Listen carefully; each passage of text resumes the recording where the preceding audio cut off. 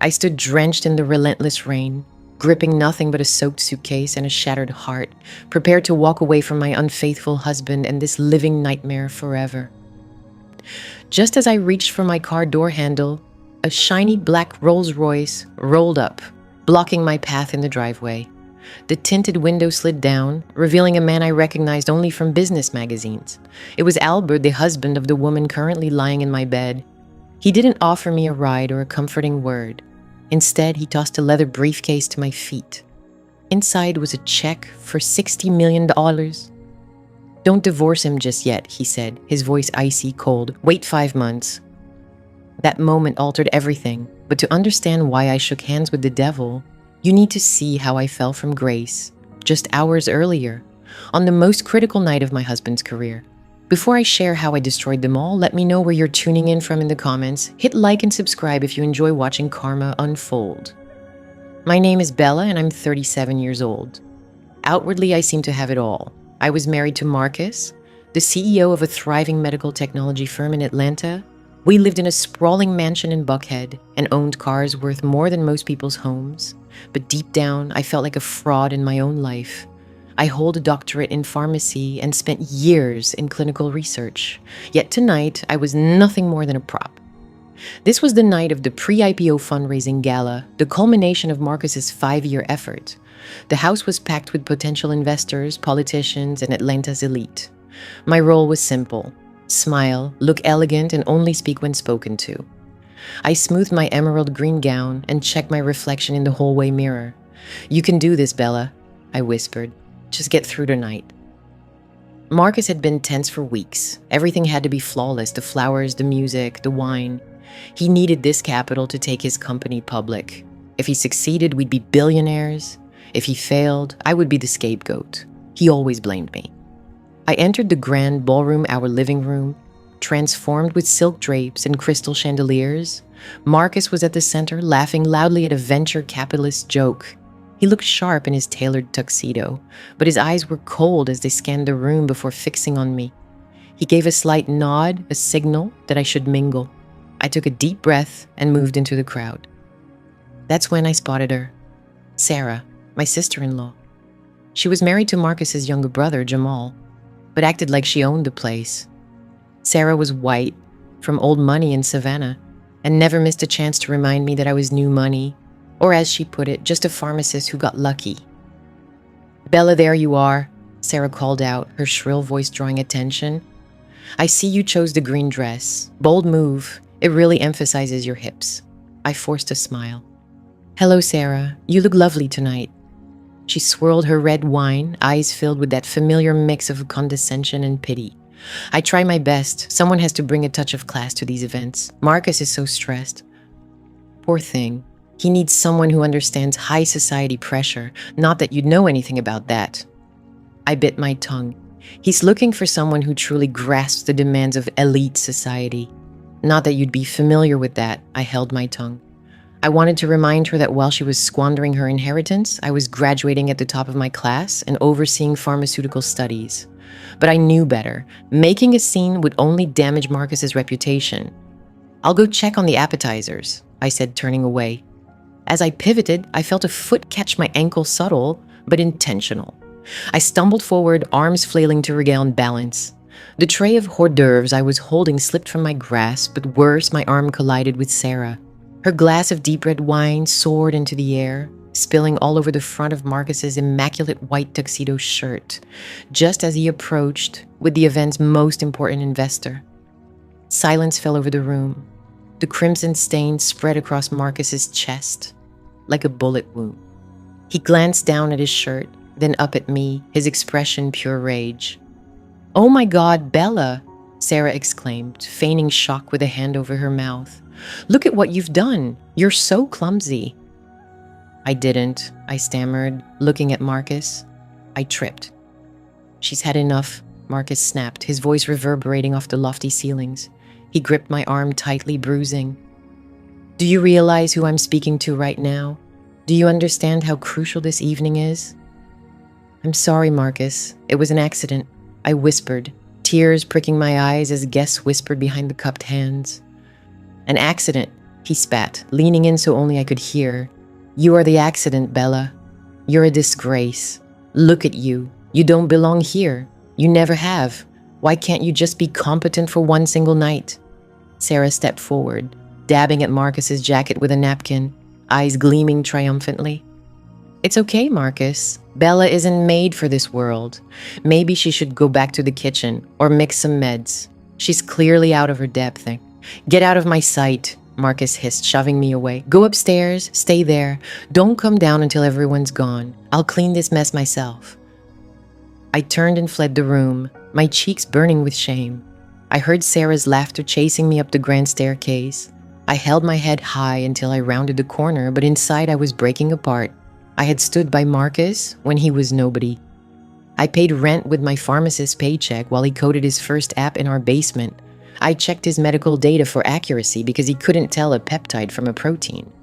And this was his gratitude. I reached the second-floor landing, leaning against the wall to steady my breath. I needed to wash my face. I needed to compose myself. I headed toward the master bedroom, but as I passed the library door, a sound stopped me cold. A giggle, a low, sultry laugh I recognized instantly. It was Chantel, the 24-year-old Instagram model Marcus had hired as a brand ambassador 3 months earlier.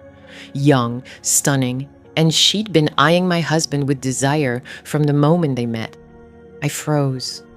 The library door was ajar just enough to let sound slip through. I knew I should keep walking. I should go to my room, lock the door, and pretend I didn't hear a thing. But my feet refused to move. "Oh, Marcus, stop it," Chantel's voice whispered through the crack. "Someone might hear us. Bella's just upstairs." "Let her hear," Marcus's voice replied, sounding different than when he spoke to me. Lighter, more youthful. "She's probably crying into her pillow right now." His reply came with a lighter, more youthful tone than before. "She's probably sobbing into her pillow right now." Worthless woman. Did you see her downstairs? She almost sabotaged the deal with the investors. "She's pathetic," Chantel sneered. "I don't know how you tolerate her. Why don't you just leave her already?" I held my breath, inching closer to the door, my heart pounding wildly like a trapped bird. "Not yet," Marcus said, and I heard ice clinking in a glass. "Not until after the IPO. The investors want to see a steady family man. Bella's dull, but she has a clean record. She's a doctor, for heaven's sake. It makes me look credible. If I divorce her now, everything gets complicated. The stock price might crash before we even launch." "So I have to wait," Chantel whined. "Just 5 more months, baby," Marcus said soothingly. "Just 5 months. Once the company goes public and the lockup ends, I'll cash out. I'll be worth hundreds of millions. Then I'll toss that pharmacist back into the gutter where I found her. She won't get a penny. I've stashed assets overseas she doesn't even know about." I covered my mouth to stifle a sob. Hiding assets, planning to discard me. It wasn't just an affair. It was a calculated scheme to destroy me. "And what about us?" Chantel asked. "We'll have everything Marcus promised. We'll travel the world, and our son will have the best of everything." Our son. The words hit me harder than the shattered wine glass. I pressed my eye to the crack in the door. Through the sliver of light, I saw them. Marcus sat in his leather armchair, his shirt undone, revealing the red wine stain on his undershirt. Chantel was straddling his lap, her arms wrapped around his neck. But what Marcus was doing made my knees give way. His hand rested possessively on Chantel's belly. "He's going to be a king," Marcus whispered, kissing her neck. "My heir." I staggered back from the door, my head spinning. We had tried for years to have children. We'd seen specialists. Marcus told me it was stress, that we just needed patience. He never said he was unhappy. He never said he wanted out. He just used me. He used my credentials, my stability, and my loyalty to build his empire while plotting to replace me with someone younger. The moment the check clears, a floorboard creaked beneath my foot. Inside, the movement stopped immediately. "Did you hear that?" Chantel whispered. Marcus stood abruptly, pushing Chantel aside. He strode toward the door. I tried to run, but in heels and down a long hallway, I was slow. Before I could take 3 steps, the library door swung open. Marcus stood there, disheveled and furious. When he saw me, his expression didn't soften with guilt or shame. It hardened into cruelty. Well, well, he said, leaning against the doorframe. Looks like the little mouse has big ears. You're revolting, I spat, my voice trembling with the fury I didn't know I had. I heard everything, Marcus. The IPO, the hidden assets, the baby. He laughed, a cold, humorless sound. Good. Saves me the trouble of pretending to like your cooking these next few months. How could you? I screamed. I supported you. I built this life with you. You were a stepping stone, Bella, Marcus said, closing in until he towered over me. You were useful when I needed a respectable wife with a degree. Now you're just dead weight. Look at you. No style, no charm. You're dull. Bella, Chantel has fire. She knows what it takes to be on top. You know flair, no allure. You're bland. Bella, Chantel has passion.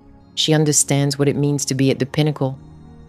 I'm leaving, I declared, turning away. I'm filing for divorce at dawn, and I'm taking half of everything. I'll inform the investors. I'll tell everyone. Marcus seized my arm and spun me around. His face was mere inches from mine, his eyes menacing. You won't do that, he snarled. You think you hold power here. You have nothing. If you walk out that door tonight, if you try to sabotage my IPO, I will ruin you. I have attorneys who devour pharmacists for breakfast. I'll bury you in legal battles until you're living on the street. I'll make sure you lose your license. I'll claim you're mentally unstable. Who do you think they'll believe? The successful CEO about to make them rich, or the jealous, childless wife? He used our infertility against me. The pain was overwhelming. Let go of me, I whispered, but he pushed me back. Go ahead, pack a bag, sleep in the guest room. But tomorrow morning, you'll put on your happy wife mask and smile for the cameras. We have 5 months, Bella. You're going to play your role, or I swear I'll leave you with absolutely nothing. I looked at him, the man I'd loved for a decade, the man I'd given everything for and for the first time. I saw him clearly. He wasn't just unfaithful, he was a monster. I sprinted across the patio, slipping on the slick stone. I scrambled up and kept running. I dashed across the manicured lawn, my feet sinking into the mud, ruining the grass Marcus paid a fortune to maintain. I reached the long winding driveway and kept going. The rain soaked through my dress, clinging to my skin. My hair hung in heavy, wet strands, blinding me. I was trembling violently, my teeth chattering, but I couldn't stop. I had to reach the main road. I had to escape. I'd walk 3 miles to the gas station. I'd beg a stranger to let me make a call. I'd call a friend. I'd call anyone. Behind me, I heard the front door open and Marcus shouting my name over the thunder's roar. Bella, come back. You're humiliating me. I didn't glance back. I ran harder, lungs burning, legs aching. Darkness enveloped me, and the rain washed away the scent of the house, the perfume, the betrayal. I reached the iron gates at the driveway's end, squeezed through the pedestrian gap, and stumbled onto the public road. It was dark and empty. Streetlights blurred in the downpour. I was alone. I had nothing. No money, no ID, no car, no husband, no home. I wrapped my arms around myself, trying to hold my broken pieces together. I walked blindly down the road, the headlights of a passing car briefly illuminating my sorrow before fading into darkness again. I was a doctor of pharmacy. I was an intelligent woman. I was a devoted wife. And now I was a drenched, shivering fugitive walking along the roadside in the dead of night. The despair was so heavy it almost crushed me into the pavement. I thought about stopping. I thought about sitting down in the mud and letting the rain consume me.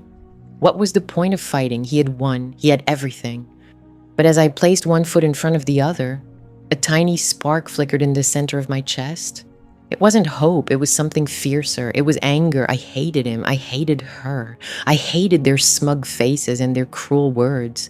A stronger force than fear welled up within me. Fury. I despised him. I despised her. I loathed their smug expressions and biting remarks. I resented that they believed they could discard me like refuse. I would endure this ordeal. I wasn't sure how, but I would endure. And I would make them suffer the consequences. In the distance behind me, headlights emerged, gradually slowing as they neared. I stiffened, prepared to leap into the ditch if it was Marcus coming to drag me back. The car eased to a crawl beside me. It wasn't Marcus's sporty vehicle. Instead, it was a massive, elegant automobile, darker than the night itself, a Rolls-Royce.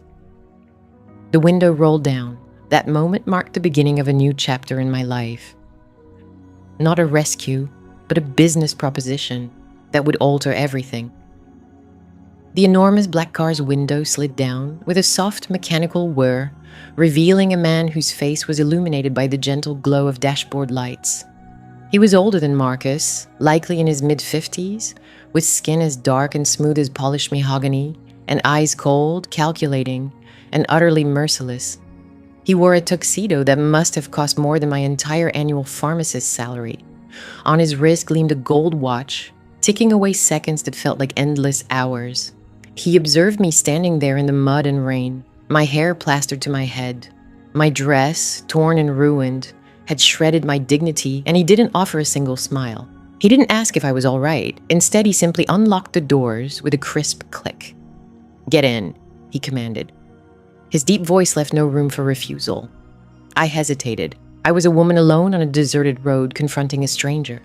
But then I glanced back up the driveway to the house where my husband was celebrating his future with his pregnant mistress. I looked down at my bare feet sinking into the cold mud. I had nothing left to lose. If this man wanted to end my life, it would be a kindness. I pulled open the hefty door and slid into the immaculate cream leather interior of the Rolls-Royce. Warmth enveloped me instantly, soothing my trembling body. The car smelled of expensive cologne and wealth long established. I sat there, dripping wet, soiling the leather, hugging myself tightly, trying to stop my teeth from chattering. The man pressed a button, and the partition between us and the driver rose silently, creating a private, soundproof sanctuary. He turned to me, and for the first time, I glimpsed the simmering fury beneath his calm demeanor. A controlled blaze burning behind thick glass. "You must be Bella," he said. I nodded, water dripping from my nose. "And who are you?" I asked. "I'm Albert," he answered. "And the woman currently sipping your champagne and sharing your bed is my wife, Chantel." Air escaped my lungs. I stared at him, searching his face for any hint of jest, but there was none. This was the man Chantel had betrayed, the man she was leaving for Marcus. "You know," I whispered. "I know everything," Albert said. He reached down to the floor beside him and grabbed a thick, heavy folder. He didn't hand it to me gently, he threw it. It landed in my lap with a dull thump, sliding across my wet dress. "Open it." My finger trembled as I unfolded the folder. Inside were photographs. High-resolution surveillance images, Marcus and Chantel dining together, Marcus and Chantel checking into a hotel, Marcus and Chantel reviewing ultrasound pictures. There were also bank statements revealing transfers from a joint account I never knew existed into an account under Chantel's name. There were also bank records revealing transfers from a joint account I had no idea existed into an account registered under Chantel's name. "They've been plotting this for half a year," Albert said flatly. "They think they're smart. They believe they're in love. They assume I'm a doddering old fool, distracted by my investments, unaware that my trophy wife is spending $10,000 a month on lingerie she never wears for me." I shut the folder, feeling nauseous. "Why are you showing me this?" "Because you look like you're about to run," Albert replied. "I saw you walking down that road. You looked like a woman ready to call her mother, cry for days, then hire a divorce attorney charging $200 an hour to battle a man with a team of legal sharks on retainer." "I'm leaving him," I said, searching for courage. "I have to. He's a monster. He plans to abandon me after the IPO." "I know about the IPO," Albert cut in. "I'm aware of his scheme to toss you aside. And if you run now, you're playing right into his hands. You make it easy for him. He'll accuse you of abandonment. He'll portray you as an unstable, jealous wife who couldn't handle his success. He'll win sympathy. Investors will love the tale of the heartbroken CEO rebuilding his empire. He'll keep Bella, and you'll be just a footnote in his story." Tears, sharp and furious, welled up. So what am I supposed to do? Stay, watch them be happy? "No." Albert leaned forward, his cologne strong. "You're going to help me take him down." I stared at him, puzzled. "How?" "He controls the money. He has the lawyers. He carries debt," Albert said with a cruel grin. "Marcus acts like royalty, but he's living off a line of credit I own." I blinked. "You own the venture capital firm that gave Marcus the bridge loan for this IPO?" Albert laid out the complex web of shell companies. Of course, he's clueless. He thinks he borrowed from some anonymous conglomerate in New York. It was me. That loan is enormous. Bella, it's secured against everything his company, his future income, and his personal belongings. I listened, trying to grasp the financial terms through my shock. Here's the deal, Albert continued. For the IPO to succeed, the underwriters need stability. They need assurance that the CEO isn't a risk. He must sign a personal guarantee pledging all his assets as collateral. But crucially, they need his wife's signature too. Me? I whispered. You, Albert confirmed. In Georgia, spousal consent is mandatory for a lien, this significant on shared property. He requires your signature on a document called the Spousal Consent and Guarantee Agreement. Without it, the underwriters will back out. The IPO collapses, the bridge loan becomes due immediately. Since he spent that money on marketing and extravagant parties, he won't be able to repay it. He'll be bankrupt within 2 days. So I just say no, I said, feeling a flicker of hope. I walk away, don't sign, and he fails. Albert shook his head slowly. If you leave now and refuse to sign, he'll claim you're obstructive. He might forge your signature or exploit a loophole. He's slippery. Or worse, he'll find a new investor, a ruthless one who doesn't care about his wife. I don't want him to simply fail. Bella, failure is too simple. Men like Marcus recover from failure. They declare bankruptcy. They reinvent themselves. They find a fresh target. The situation was straightforward. Men like Marcus recover quickly from setbacks.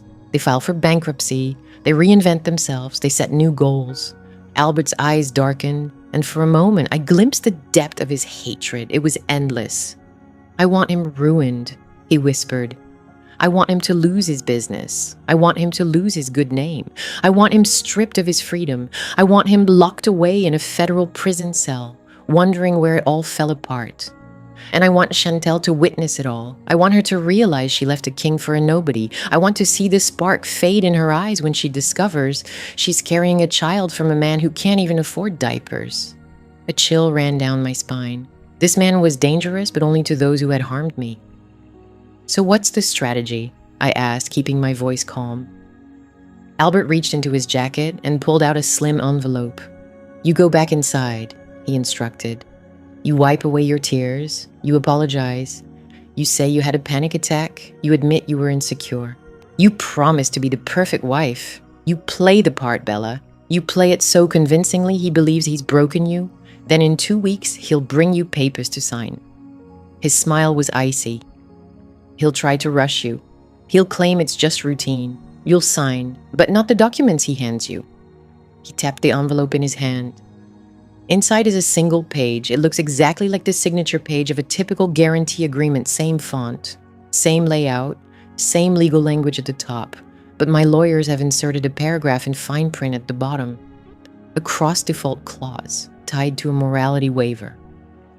What does that mean? I asked. Albert's grin returned, chilling as ever. It means that the entire loan, hundreds of millions of dollars, becomes immediately due and payable if Marcus is found to have had extramarital affairs or fathered a child out of wedlock during the loan period. It also states that if he defaults, ownership of his controlling shares in the company transfers to the guarantor. To me. To you? I echoed.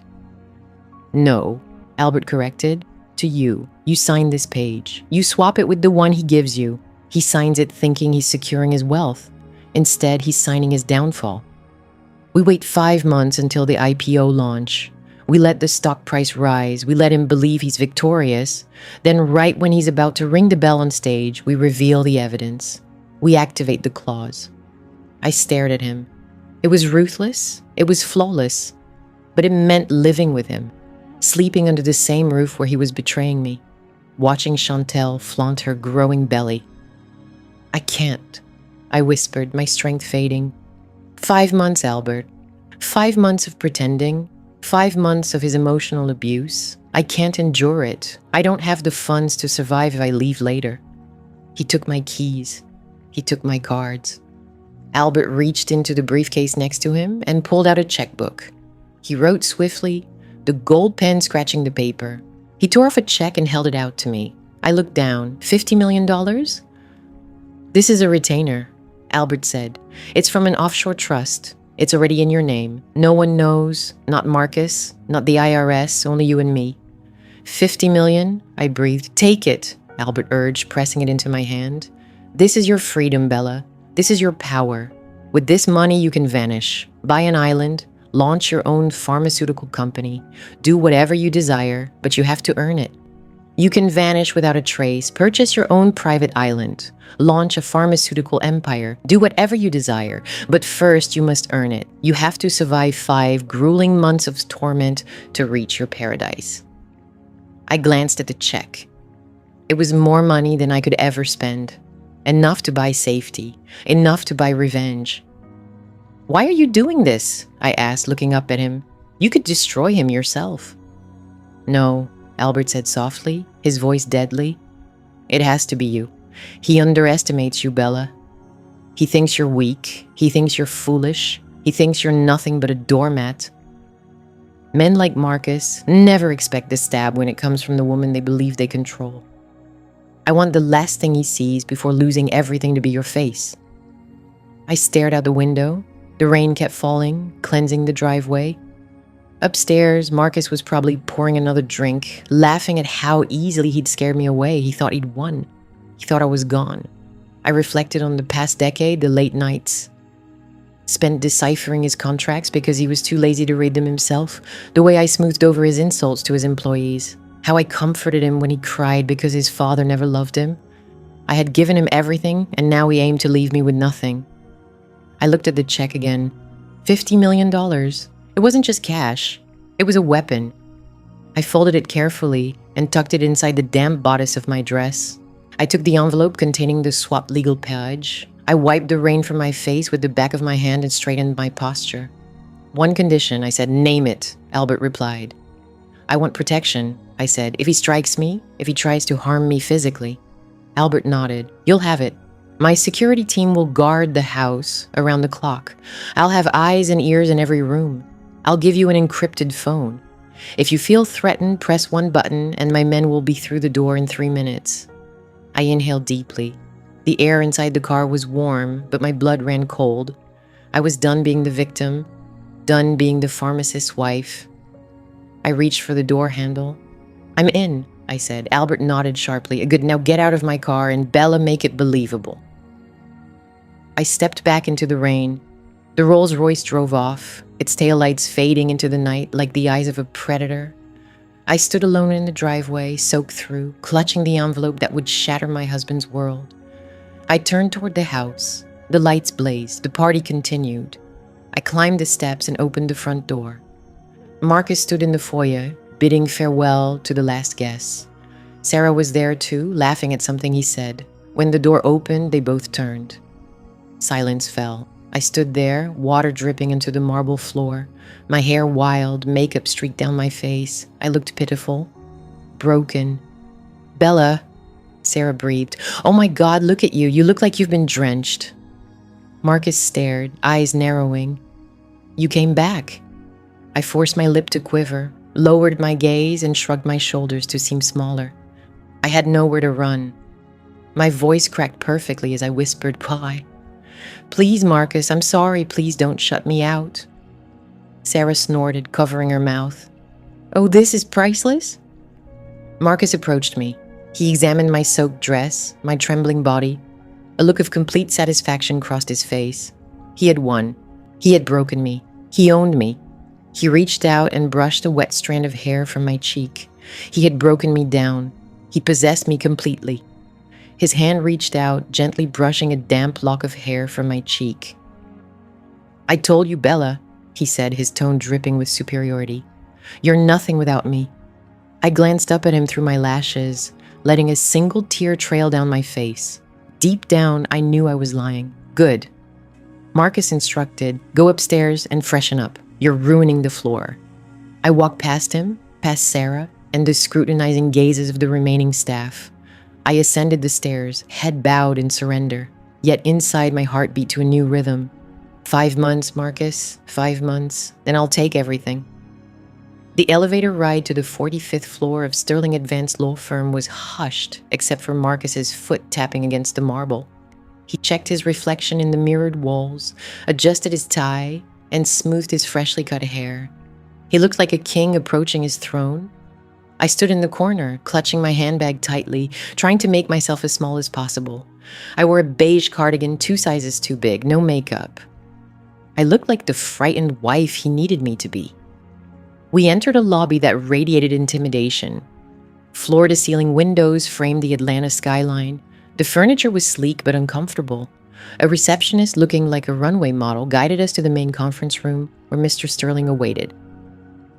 Sterling was a man in his 60s, exuding the scent of cigars and fine scotch. He was Marcus's personal shark, the kind of attorney who made problems vanish for a price.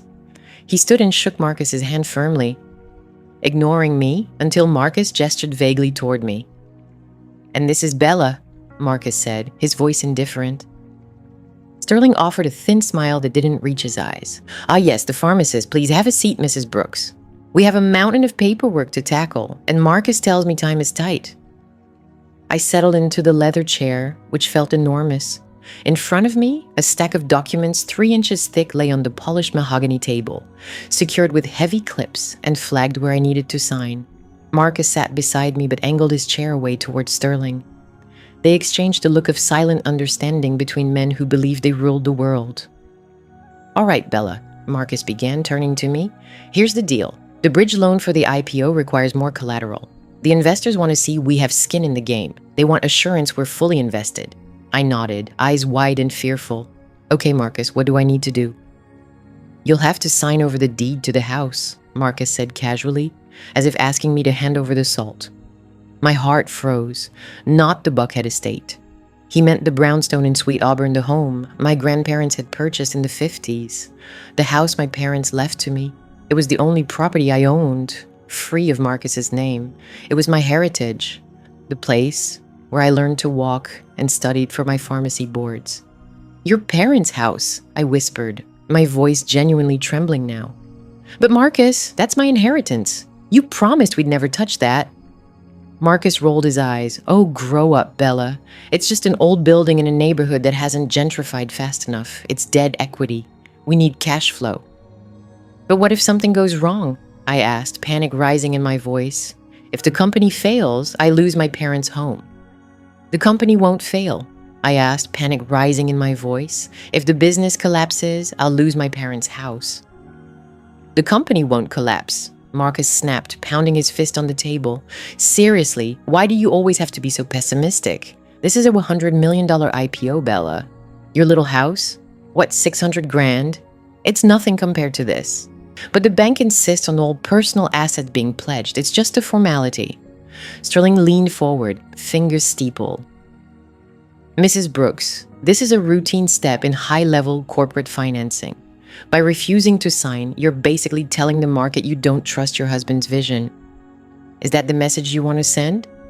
They were closing in on me, twisting my feelings, making me feel like a betrayer for trying to protect the one thing that truly belonged to me. I glanced at Marcus. He was staring daggers at me, jaw clenched. "Sign the papers, Bella," he hissed. "Don't humiliate me." I looked down at my hands. I thought about the envelope tucked inside my purse, the one Albert gave me, holding the swap signature page. I'd spent 3 nights memorizing the exact layout of the document Marcus was showing. Albert's lawyers had gotten a draft through their secret channels. They'd flawlessly replicated the font, spacing, and paper texture. The only difference was paragraph 14. In Marcus's copy, paragraph 14 was a typical indemnity clause. In mine, paragraph 14 was a transfer of ownership clause triggered by moral misconduct. It stated that if the primary borrower was found guilty of violating the marriage contract through infidelity or fathering illegitimate children, ownership of the pledged collateral and controlling shares of the company would immediately transfer to the guarantor me. I had to swap the pages right under the noses of 2 of the most arrogant men in Atlanta. I reached for my purse, hands trembling uncontrollably. "I need a tissue," I sniffled. "I think I'm about to have a panic attack." Marcus groaned. "Jesus, Bella, not now." I fumbled with the clasp, yanking it too hard. My things spilled onto the polished mahogany table and scattered on the floor. Lipstick, keys, tampons, a bottle of anxiety pills, and the envelope. I gasped, dropping to my knees to gather everything. I'm so sorry. I'm such a klutz. Sorry. Marcus sighed loudly, turning away and rubbing his forehead.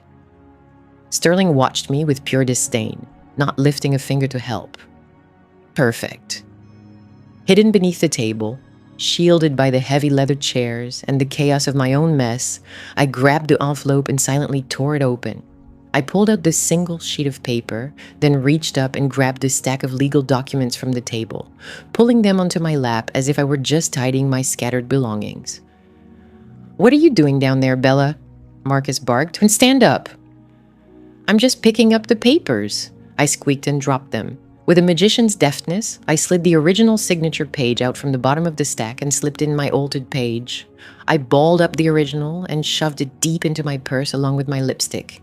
I stood, face flushed, hair disheveled. Clutching the stack of documents, I set them back on the table. "I'm ready," I said, wiping my nose with a tissue. "I'll sign." Marcus stared at me, eyes icy. Finally, Sterling pushed a heavy fountain pen toward me. "Sign where the yellow stickers are, Mrs. Brooks, and initial the bottom of every page." I froze. "Initial every page." "Sign where the yellow stickers indicate, Mrs. Brooks, and don't forget to initial the bottom of every page." I froze in place. "Initial every page." My documents already bore initials in the lower right corner, but if I added initials to the others, my trembling hand might give me away. They could scrutinize it more closely. I took the pen. I signed the first page. My signature was a jagged mess. I flipped to the next page and signed again. When I reached the final page, the one I had swapped, my heart pounded so fiercely against my ribs I feared it might fracture a bone. If they noticed the text, if they read even a single sentence from paragraph 14, I was finished. Marcus would destroy me. I stared at the page. It looked exactly like the others. Albert's team had done an excellent job. I brought the pen down onto the paper. "Hold on," Sterling said. My hand froze mid-air. A small black ink blot appeared on the white sheet. Marcus glanced at Sterling. "What is it?" Sterling squinted, holding the document upside down. "You missed an initial on page 4. I exhaled, barely holding back a sob. "Apologies." I flipped back to page 4 and hastily scribbled my initials. Then I returned to the last page. "Just sign it," Marcus urged, glancing at his watch. "I have a lunch appointment with the underwriters in 20 minutes. I signed my full name, Bella Jenkins Brooks. I pushed the pile of papers toward Sterling. He didn't bother reading them. He didn't verify any clauses. He simply flipped to the back, confirmed the signature, and stamped the document with his notary seal. He was so arrogant, so convinced I was merely a naive housewife, that he never considered I might outwit him. "Done," Sterling declared, closing the folder. "Congratulations, Marcus. The loan will be funded by the end of the day." Marcus grinned, a predatory smile, like a shark sensing blood in the water. He stood and buttoned his jacket. He didn't help me rise. He didn't say thank you. "Let's go, Bella," he said, heading for the door. "And try not to trip on your way out." I stood, clutching my purse against my chest. I could feel the crumpled original page burning through the leather inside. I followed them out of the office, trailing behind as their laughter and jokes about the millions they'd make filled the air. They spoke of yachts and summer houses in the Hamptons. They had no idea. I focused on the back of Marcus's head, watched his confident swagger. He believed he had just cemented his empire. Unknowingly, he had handed it over to me. We rode the elevator down in silence. When the doors opened in the lobby, Marcus turned to me. "Here's some cab fare," he said, pressing a $20 bill into my hand.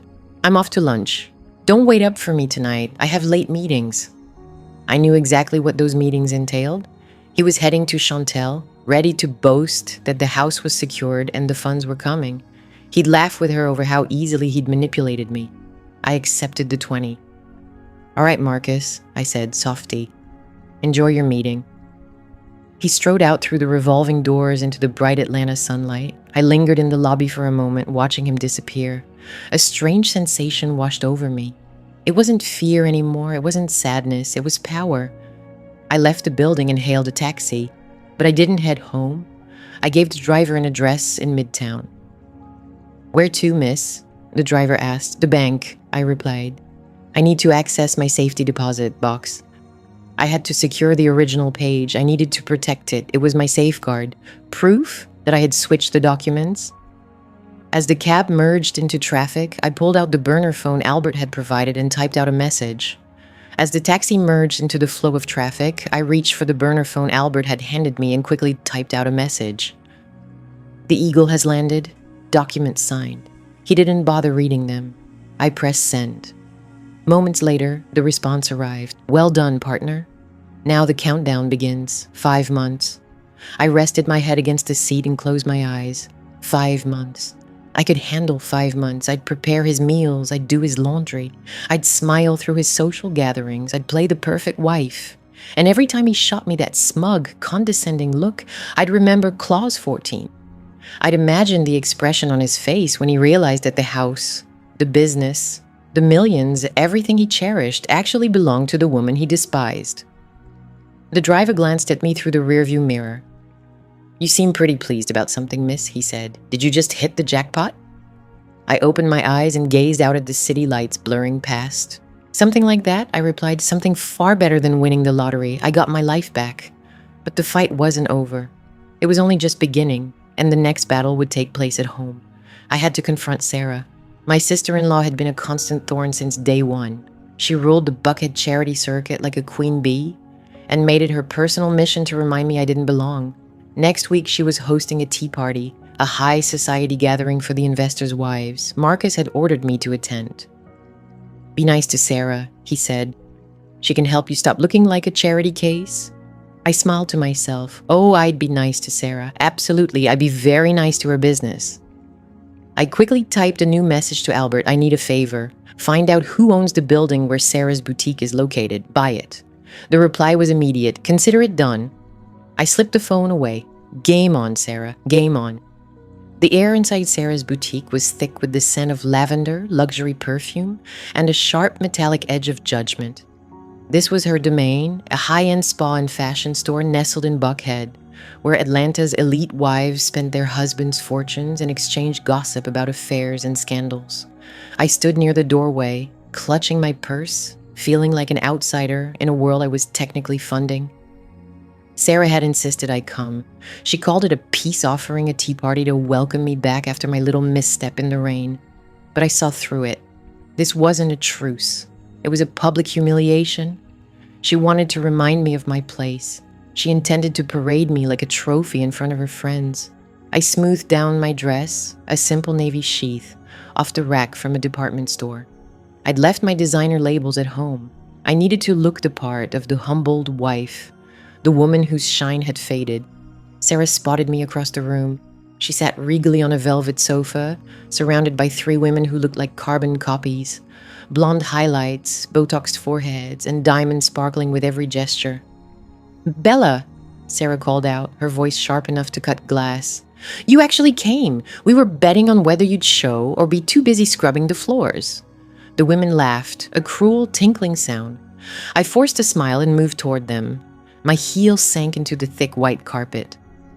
Hello, Sarah, I said softly. Thank you for inviting me. Sarah patted the empty space beside her. Sit down. Don't be shy. But watch that drink. This sofa's worth more than your car. She motioned toward the vacant spot beside her. Have a seat. Don't be shy. Just be careful with your drink. This couch costs more than your car. I took a seat, keeping my knees close, and my hands neatly folded in my lap. My eyes scanned the boutique. It was stocked with overpriced candles, silky scarves, and racks of clothes that seemed designed for teenagers, but priced for grown-ups. So, Belisara said, turning to her friends, we were just chatting about fashion. I was telling the ladies how much I admire your dedication to thriftiness. It takes real guts to wear last season's polyester to a Buckhead event. One brunette, her lips looking unnaturally tight, smirked. It's daring, honestly. I wish I cared so little about my looks. I took a sip of my tea. It was lukewarm and bitter. I prefer comfort, I murmured, playing along. Comfort is for people who can't afford style. Sarah shot back. Speaking of style, check this out. Marcus gave this to me yesterday. She reached behind a cushion and pulled out a handbag. But this wasn't just any bag. It was a Birkin, a Himalayan crocodile Birkin, with diamond accents. It rested on her lap like a small sacred idol. The women gasped, "Oh my God, Sarah!" One of them squealed. "That's the Holy Grail. How did you get your hands on one?" "Marcus has his connections," Sarah said dreamily. "He appreciates everything I've done lately managing the family's image, keeping certain issues quiet. He wanted to show his gratitude." I stared at the bag. I knew its price tag over $200,000, and I knew exactly where the money came from. Just 2 days ago, I saw a withdrawal alert from one of Marcus's offshore accounts he thought was hidden. He had emptied the company's emergency cash reserve. He was stealing from his own investors, robbing the company's future to buy his sister-in-law's silence. He bought her a bag to keep her quiet about Chantal. "It's stunning, Sarah," I said evenly. "Marcus is very generous." Sarah stroked the textured leather. "He is. He recognizes quality when he sees it. Unlike some people in this family, he values class." She fixed me with a cold, hard look. "You know, Bella," she continued in a low, conspiratorial tone, "I really don't understand why you stick around. Marcus is clearly unhappy. He needs a partner who can support him, not one who holds him back. Look at you. You blend into the beige walls. If I were you, I would have gotten the message years ago." Or a flush warmed my cheeks, not from shame, but from fury. This woman, who had never held a real job and was living off her husband and mine, was lecturing me about self-worth. But I swallowed my anger and turned it into a quiet strength. I glanced at the phone tucked in my purse. The time read 2:30 p.m. Albert had texted me 10 minutes ago. The paperwork was filed. The courier was on the way. I looked back at Sarah. She was smug, feeling untouchable in her little empire. She believed her brother-in-law's fortune would shelter her forever. Little did she know the building we sat in, the one she'd leased for 5 years and transformed into a personal palace, had been sold yesterday to a shell company controlled by a trust. My trust. "I'm just trying to be a good wife, Sarah," I said, lowering my gaze. "I love Marcus." Sarah rolled her eyes. "Love? Please, it's pathetic. You're hanging on by a thread, Bella. Everyone knows it. Even the staff can see it." The boutique's front door swung open. The chime rang sharply in the silence. A man stepped inside. I see it. The boutique's entrance swung open, the bell's sharp chime breaking the quiet. A man stepped inside. He wore a uniform, not one for deliveries, but that of a process server. He clutched a large manila envelope. Sarah frowned. "We're closed for a private gathering. You'll have to leave." "Are you Sarah Brooks?" the man asked, ignoring her tone. "Yes, that's me. Who are you?" "I have documents for you, ma'am." He approached and extended the envelope. Sarah hesitated, then grabbed it from him. "Probably another gift from Marcus," she joked to her friends. "Maybe this time it's the matching wallet." She ripped open the envelope and pulled out the papers. I watched her expression. The smile faded like oil slipping away. Her complexion turned pale and grayish. "What is this?" she murmured, reading on. Her hands began to tremble. "This can't be right. There must be some mistake." "What is it?" Sarah the brunette asked, leaning closer. Sarah rose abruptly, knocking her tea onto the white carpet. The brown stain spread fast, spoiling the spotless surface. It says I'm being evicted." "Evicted?" one friend gasped. "But you own the lease." "It says the building's been sold." Sarah's eyes scanned the legalese. "The new owner is invoking an immediate termination clause due to structural issues and unauthorized renovations." "Unauthorized renovations?" I asked innocently. "Didn't you get permits for the spa expansion, Sarah?" Sarah whipped around to me. "Shut up, Bella. Of course we got permits. Marcus took care of it." She pulled out her phone. Her fingers shook so much she struggled to unlock it. "I'm calling Marcus. He'll sort this out. He knows the owner." She dialed, putting the call on speaker so we could all listen to Marcus come to the rescue. The phone rang once, twice. "Answer, Marcus. Pick up," she whispered urgently. Finally, the call connected. Marcus's voice filled the room, tense and breathless. "Sarah, I can't talk now. I'm in a meeting with the underwriters." "Marcus," Sarah cried, "you have to help me. A man just served me papers. They're kicking me out. The building's been sold. I have 48 hours to leave." "What?" Marcus snapped. "That's not possible. The lease is ironclad." "They claim the renovations were illegal," Sarah sobbed. "They say the spa is a fire hazard." Marcus, they're shutting me down. You have to buy the building. You have to fix this. I can't buy it, Sarah, Marcus shouted. I don't have the cash right now. Every dime is tied up in the IPO. But you promised, Sarah yelled. Forgetting her audience, dropping the act, you promised you'd protect me if I stayed quiet about the baby. You bought me a bag, Marcus. I need the building. The room fell deathly silent. Her 3 friends stared at her, mouths open. Baby kept her mouth shut. Marcus's voice dropped to a dangerous whisper.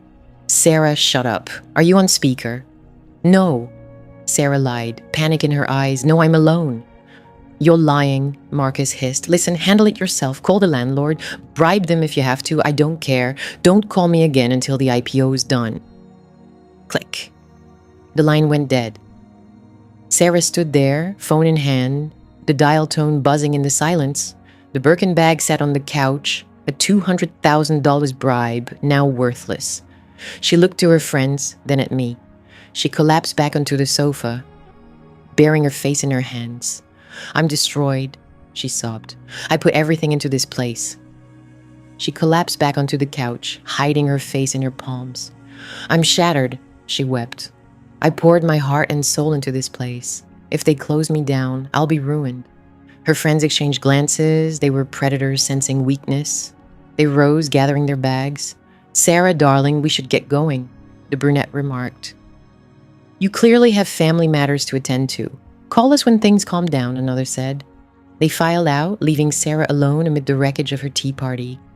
I remained, taking another sip of my tea. Sarah lifted her head, mascara streaked down her cheeks. Why are you still here? She snapped. Did you enjoy that? Watching me broken? I placed my teacup down gently. Actually, Sarah, yes, I did. She stared at me in disbelief. What? I stood and smoothed my skirt. Leaning in close, I whispered so she could catch every word. For years, you treated me like dirt. You ridiculed my clothes, my job, my entire life. You helped your brother-in-law conceal his affair. You accepted his hush money while I was fighting to save our marriage. Sarah's eyes narrowed. You knew. I know everything, Sarah, and there's something else you should hear. I grabbed my purse and swung it over my shoulder. I know who bought this building. Sarah gasped. Who? Who is it? Tell me. I'll beg them. I'll do whatever it takes. A cold, sharp smile crept across my face. You can't beg them, Sarah, because they don't want your money. They want you out. I turned and headed for the door. And Sarah, I called back over my shoulder, you have 48 hours. I'd start packing. That Birkin bag of yours should fit most of your things. I stepped outside into the bright Atlanta sun. My phone buzzed in my pocket. A bank notification, the transaction was complete. The deed recorded, I owned the building, I owned her sanctuary. I walked to the curb and hailed a cab. I didn't glance back, but the battle was far from over. Sarah was just a pawn. The king and queen were still at large. I checked my phone again. A message from Albert, Phase 1 complete. Phase 2 begins tonight. Chantel wants a baby shower. I let out a short, humorless laugh. A baby shower. Perfect. I knew exactly what present I'd bring. I typed back, let her have it, I'll handle the entertainment. I slipped the phone away. Sarah was down. Marcus was distracted. Chantel was settling in. They thought the storm had passed. They didn't realize I was the hurricane. The atmosphere in my own home had shifted from a cold war to a stifling siege. 3 months had passed since that stormy night. 3 months of playing the submissive, defeated wife. Chantel wasn't just in the guest room anymore. She had taken over the entire house. Whether it was pregnancy hormones or just her nature, she'd become a tyrant. She griped about the temperature, the lighting, and endlessly about my cooking. Mama Pearl acted as her enforcer, trailing behind to ensure every demand was met, treating me like a servant in the home I paid for. I was in the kitchen, scrubbing lunch pots because the dishwasher was too loud for Chantel's afternoon nap, when I heard heels clicking on the tile. Chantel waddled in, one hand resting on her back, the other caressing her now prominent baby bump. She wore a silk slip dress that cost more than my first car. Bella, she said, voice dripping with false sweetness that grated on my nerves. I need a favor. Bella, she said, her tone thick with fake sweetness that grated on my nerves. I need a favor. Though honestly, it felt more like an order since you're the only one here not caught up in the Brooks Dynasty drama. I didn't raise my eyes from the sink. "What do you want, Chantel?" She dropped a wicker laundry basket on the counter with a heavy thump. "I need these cleaned, and don't toss them in the washer. They must be hand-washed, imported silk. Marcus bought them for me in Milan before you spoiled the mood." I shut off the water and dried my hands on a towel. I glanced into the basket. It was full of lingerie. Not just any lingerie, but fragile lace, detailed embroidery, gossamer thin silk, and deep reds, dark blues, and black. The kind of intimate apparel a husband buys for the wife he desires. Marcus never got me anything like this. He bought me appliances, practical presents. Seeing that pile of costly lace hit me like a punch. "You want me to wash your underwear?" I asked flatly. Chantel smirked, leaning on the counter. "Not just wash them, Bella, pamper them. Use the special detergent under the sink. Cold water only. Lay them flat to dry. I need them for tonight." Marcus said he wants a private fashion show to help him unwind. He's so stressed about Sarah's shop closing. Poor Sarah. I don't know who'd be cruel enough to evict her like that. I bit my cheek to keep from smiling. She had no idea. "I'm busy, Chantel," I said. "I have to get dinner ready for Mama Pearl." Just then, Mama Pearl walked in, drawn by the tension like a shark to blood. "What's the problem now, Bella?" she demanded, staring at me. "Why are you upsetting the mother of my grandchild?" "She wants me to hand wash her lingerie," I said, nodding at the basket. "Then wash it," Mama Pearl snapped. "What else do you have to do? You don't have a job anymore since you took that leave. You're living here rent-free, eating our food, using our electricity. The least you can do is pitch in." Poor Chantel's back is hurting. She can't be bending over the sink. I looked at the two of them, mistress and mother-in-law, united in their scorn. They thought they'd broken me. They thought I was their doormat. "Fine," I said, picking up the basket. "I'll wash them." "Be careful," Chantel warned, narrowing her eyes. "That basket costs $5,000. If you ruin a single thread, Marcus will hear about it." "Don't worry," I said. "I'll handle it." I carried the basket into the laundry room tucked behind the kitchen. I set it down on the folding table. I could hear them laughing in the kitchen, probably mocking how the mighty doctor had fallen. I turned on the tap, filling the basin with water. I looked at the shelf above the washer. There was the delicate fabric wash Chantel wanted me to use, and right beside it, a huge white jug of heavy-duty bleach the cleaners used on the tile floors. I stared at the jug, 5,000 worth of silk. I thought about the contract. I thought about the morality clause. Albert had been clear. We needed Marcus to break. We needed him to lose control. We needed an incident, a documented case of physical abuse, to trigger the immediate default clause without delay. Marcus had been verbally abusive, sure, but he'd been careful not to lay a finger on me. He knew the laws. He knew domestic violence complicated divorce proceedings. He had been cautious not to touch me. He was aware of the laws. He understood that domestic abuse would complicate divorce proceedings, but Marcus was under immense pressure. Sarah's eviction had rattled him. The IPO was just weeks away, and the stress was intensifying. He was like a ticking time bomb ready to explode. And Chantel's lingerie was the spark. I grabbed the bleach and poured a generous amount into the basin, the pungent chemical scent rising and blending with the fragrance of lavender dryer sheets. I didn't stop there. I grabbed a bottle of hydrogen peroxide and added that as well, just to be certain. I submerged the delicate red and black silk into the harsh mixture. I watched the water turn a sickly pink as the dye bled out rapidly. I saw the fragile lace start to break down under the assault of the chemicals. Using a wooden spoon, I stirred the water, ensuring every fiber was saturated, every thread damaged. I left them soaking for 20 minutes while I returned to the kitchen to chop vegetables, humming softly. When I came back, the sink looked like a scene from a disaster movie. The vivid colors had vanished, replaced by dull pinks and grays. The silk was disintegrating, turning into a pulpy mess. I drained the sink, wrung out the ruined garments, roughly tearing the lace further, and tossed the drenched, shapeless clumps back into the wicker basket. I walked into the living room, where Chantel was painting her nails at the coffee table while Mama Pearl watched TV. "All done," I said, placing the basket in front of her.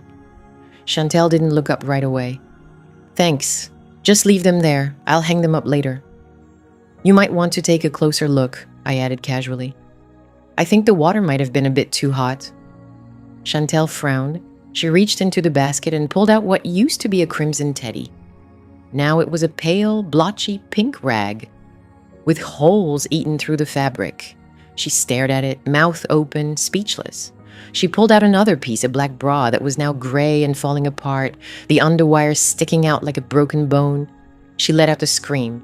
It wasn't an ordinary scream. It was a piercing wail that rattled the windows. "My clothes!" she shrieked, dropping the soggy rags onto the expensive rug. "My La, you ruined them. You ruined everything." Mama Pearl jumped up from her chair. "Lord have mercy, what happened?" "She bleached them," Chantel yelled, her face flushing red. "She did it on purpose. Look at this. It smells like a swimming pool." I stood there, hands clasped in front of me, wearing a look of bewilderment. "I'm so sorry," I said. "I thought bleach was for cleaning. I just wanted to make sure they were sanitized. You know, germs." "You stupid cow!" Chantel yelled, hurling the wet ball of silk at me. It struck my chest, soaking my shirt with bleach water. "You're jealous. You're a jealous, bitter old hag. You destroyed these because you know Marcus will never look at you the way he looks at me." The front door slammed open. Marcus entered, briefcase in hand. He looked drained. His tie was loosened, eyes shadowed with stress. "What's going on?" he demanded. "I could hear you screaming from outside." "Marcus, look," Chantel sobbed, running to him and burying her face in his chest. "She destroyed my things. The lingerie you bought me in Milan. She bleached it all." Marcus glanced at the pile of ruined silk on the floor. He looked at me, nostrils flared. "Is this true, Bella?" "It was an accident, Marcus," I said, stepping back slightly. "I was only trying to help. Chantel asked me to wash them. I didn't realize you couldn't use bleach on silk. I was just trying to lend a hand. Chantel asked me to take care of the laundry. I had no idea bleach was off limits for silk. I'm a pharmacist, not your housekeeper." "Don't act like you're innocent," Marcus snapped, shoving Chantel aside as he strode toward me. "You're a doctor. You fully understand what chemicals can do. You did this to hurt me, to upset the mother of my child." "I'm overwhelmed, Marcus," I replied, my voice rising. "Living here with her, being bossed around, watching you play happy family while I'm stuck in the maid's quarters, it's all too much. Maybe I wasn't thinking straight." "You're never thinking straight," he yelled. "You're a burden, Bella. You've been one since the day we met. I'm trying to close the biggest deal of my career. I'm trying to secure our future, and you're busy playing childish games with laundry." He was right on top of me now. I could smell the scotch on his breath he'd been drinking during lunch. Fine. I held my ground, no backing down this time. I looked him dead in the eye. "Our future?" I challenged. "There's no our future, Marcus. There's your future and hers. I'm just a wallet you plan to cash out. Don't act like this is about me. You're furious because your mistress ruined her costumes." The room fell silent. Mama Pearl gasped. Chantel stopped sobbing, eyes wide with shock. Marcus's face flushed a deep purple I'd never seen before. A vein throbbed on his forehead. "What did you say?" he growled. I stepped closer, invading his space, trusting the plan and the security team monitoring the cameras Albert had set up. "You're pathetic, a bully. You think you're a king, but you're just a man who needs two women to feel important, and you can't even handle that." He lost it. In an instant, his hand snapped out a sharp slap across my cheek. The blow sent my head snapping to the side. I staggered back, hitting the wall. Pain exploded in my jaw. My ear rang. Blood filled my mouth. I slid down to the floor, stunned. I touched my lip. My fingers came away stained red. "Oh my God," Mama Pearl whispered, hand over her mouth.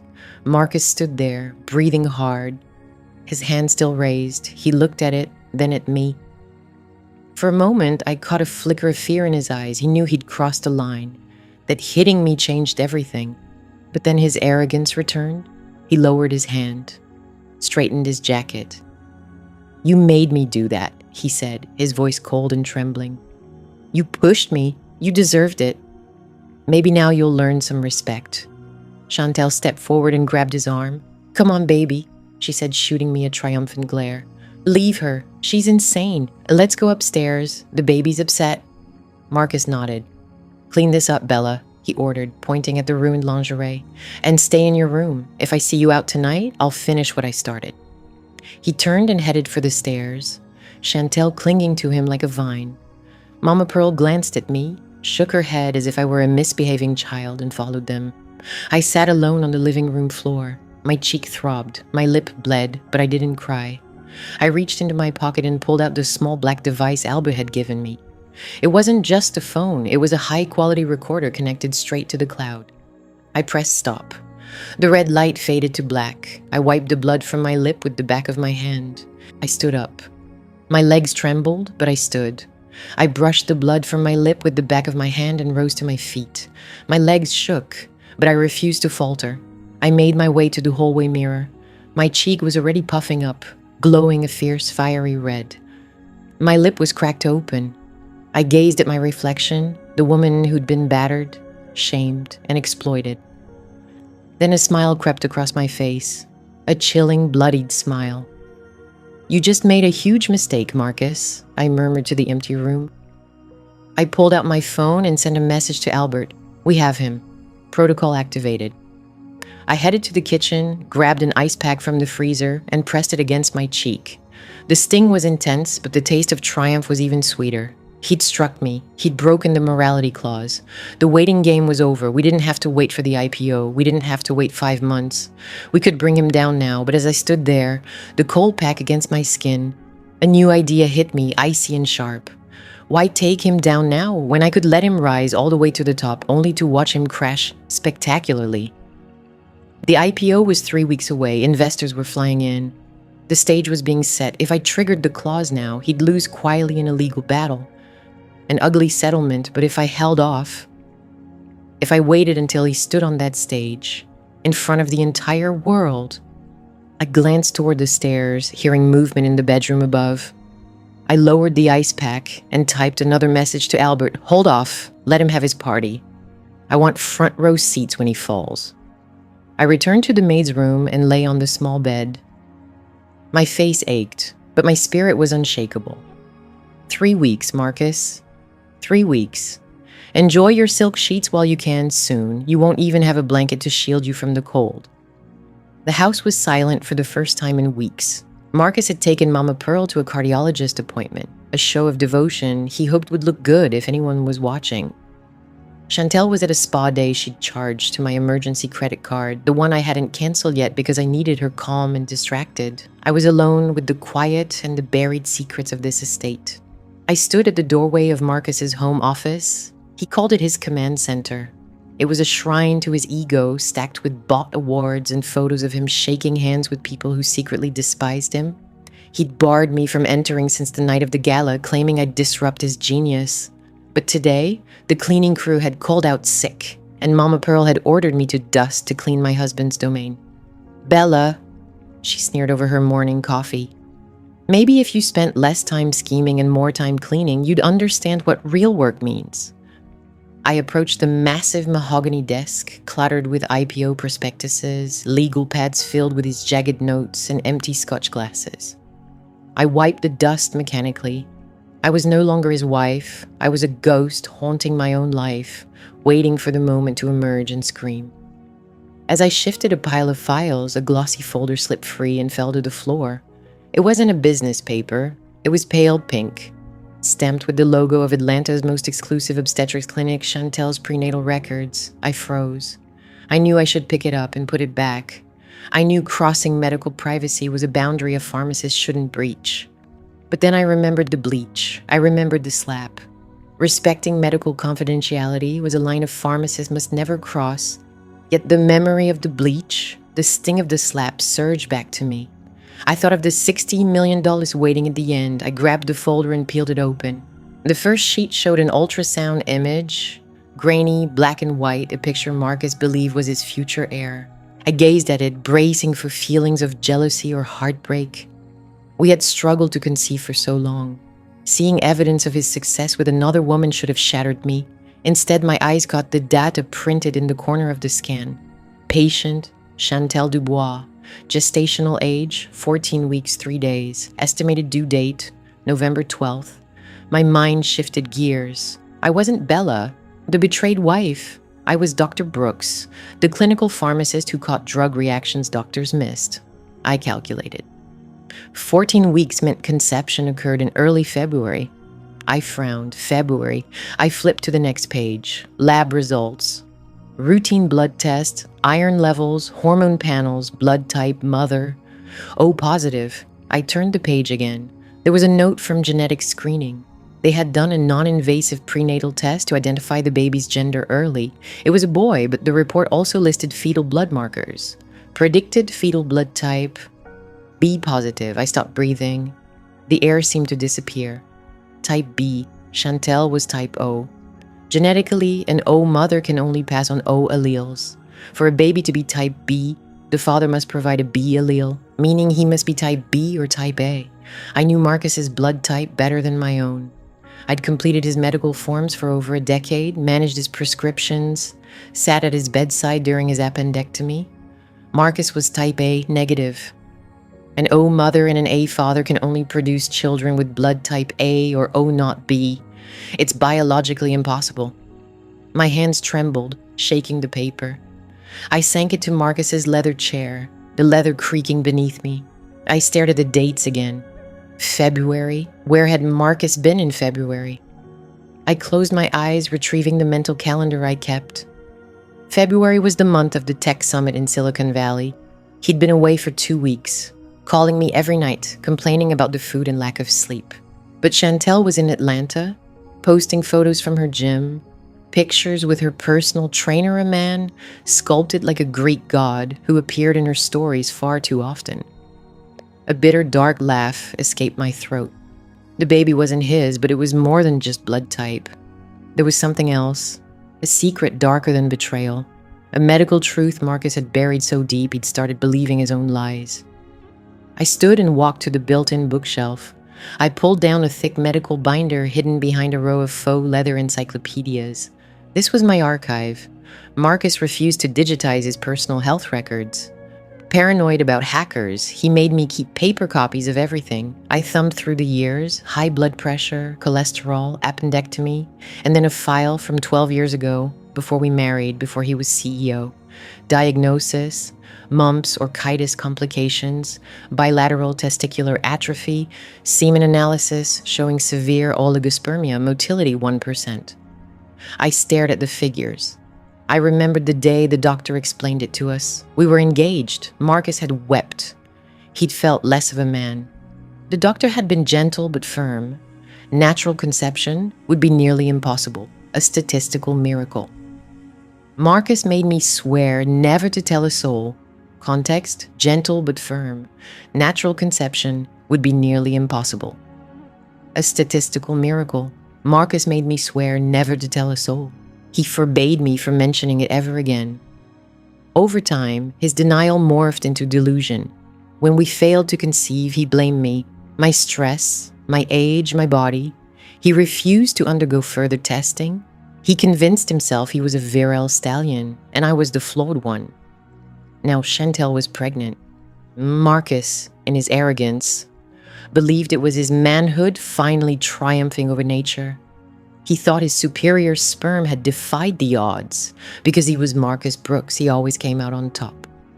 Little did he know he was infertile. He didn't realize he was celebrating another man's child. I needed undeniable proof. The blood type discrepancy was compelling, but a lawyer like Sterling could claim lab error. I required DNA evidence. Acting swiftly, I went to the master bathroom and retrieved Marcus's hairbrush from the drawer. It was filled with thick black hairs, roots intact. I sealed them in a Ziploc bag I'd brought from the kitchen. Then I went to the guest bathroom, the one Chantel claimed. Her toothbrush stood in a gold cup, pink and electric. I took it. I also grabbed a used razor from the shower ledge just to be sure. I bagged each item separately. Looking in the mirror, my reflection was pale, my eyes shining with a fierce determination. I was no longer just a wife. I was an investigator, building a case, though the victim was already gone, unaware of it still. I had to get these samples to the lab, my old lab, where I once directed clinical trials before Marcus made me quit to support him. I still had allies there. I could call in favors. I hurried downstairs, hiding the bags in my waistband. I grabbed my keys. Time was critical. If they came home and found me missing, chaos would erupt. Driving to the Midtown clinic, my grip on the steering wheel was so tight my knuckles whitened. I pulled in through the back entrance. A woman waited by the loading dock, Sarah, not the spiteful sister-in-law, but my best friend from grad school, who ran genetics. "Bella," she asked, noticing my bruised face through the window. "Oh my God, what happened?" I lied. I handed her the bags. "Sarah, I need a paternity exclusion test and a male fertility panel. Rush it off the books. I'll pay double." She examined the bags, then me. No questions. She knew Marcus. She knew my sacrifices. "Give me 24 hours, she said. Racing back to the estate, my heart pounded. I arrived just as Mama Pearl's car pulled up. I was in the kitchen, wiping counters when they entered. "Well," Mama Pearl said, dropping her purse, "at least the kitchen looks tidy. Did you finish dusting?" "Yes, Mama Pearl," I replied, lowering my gaze to conceal the victory in my eyes. "Good," she said. "Marcus is tense. The doctor said his blood pressure is high. He needs to relax. Make him a rare steak tonight." "Of course," I answered. That evening, I served Marcus his steak. I watched him devour it, cutting aggressively, blood darkening the white china. Chantel sat beside him, cooing about the baby, rubbing her belly. "He's kicking," she said, placing Marcus's hand on her stomach. "Can you feel him, Daddy? He's strong, just like you." Marcus smiled, his face softening with pure adoration. "I feel him. He's going to be a linebacker or a CEO. I observed him quietly, sipping my water. I can sense him. He's destined to be either a linebacker or a CEO. I observed them silently, sipping my water.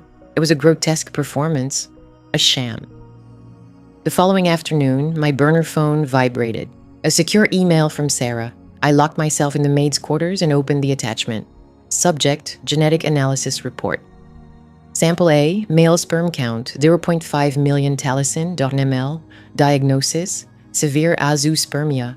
Likelihood of natural conception, 0.01%. Sample B, traces of female fetal DNA, paternity index 0. Conclusion, Sample A is excluded as the biological father of the fetus linked to Sample B. I stared at the screen. The figures were harsh, cold, and exact. Marcus was infertile. The child wasn't his. The father could be anyone, the trainer, the pool boy, some random guy from a club. It didn't matter. What mattered was that Marcus was risking his entire empire, his IPO, his heritage on a falsehood. He was using his company to create a future for a child with 0% of his DNA. I laughed. It started as a chuckle and escalated into a silent, trembling spasm. He had branded me barren. He had ridiculed me for not bearing him an heir. He had shamed me for failing as a woman.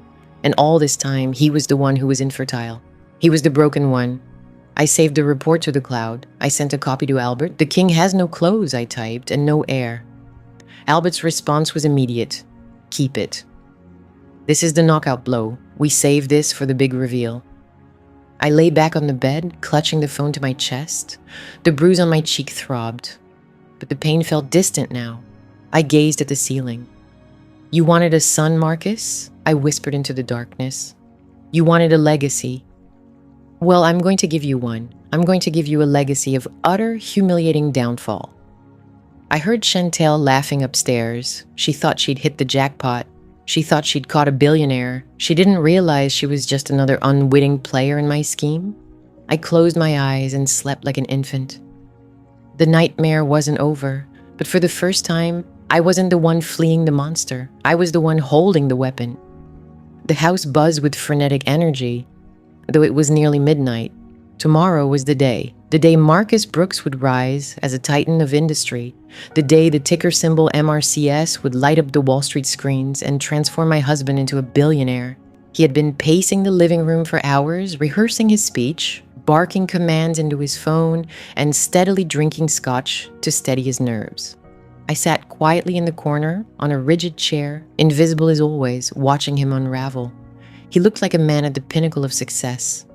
He had no idea he was standing on a trapdoor, and I was holding the release lever. "Bella, come in here." His voice thundered from his home office, the command reverberating against the marble floors. I rose, smoothing the skirt of the dull gray dress I'd worn for days. I walked slowly to the study. Inside, the air reeked of leather polish and arrogance. Marcus stood behind his desk. The Atlanta city lights framed him like a halo. Chantel was there too, reclining on the sofa with her feet up, rubbing her swollen belly. She shot me a lazy, victorious smile as I entered.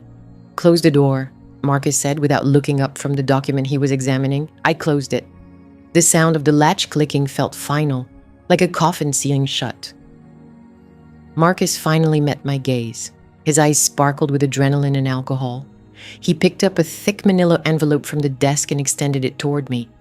"Come get this." And alcohol.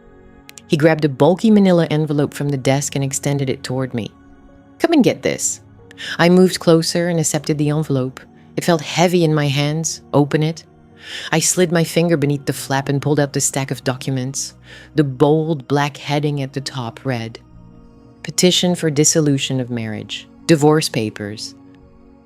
I glanced through the pages. They were already signed. His signature was a sharp, forceful flourish at the bottom of the final page. "I had it prepared this morning," Marcus said, reclining in his chair and folding his arms. "My attorneys have been working on it for weeks. This is a non-negotiable settlement offer." I examined the conditions. They were harsh. They were insulting, exactly what I expected.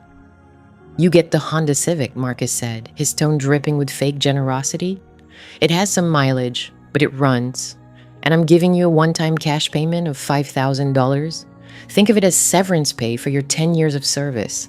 $5,000. A decade of my life, my career, my self-respect, all reduced to the value of a used car and a month's rent in a rough neighborhood." "And the house?" I asked softly. "The house is mine," Marcus sneered.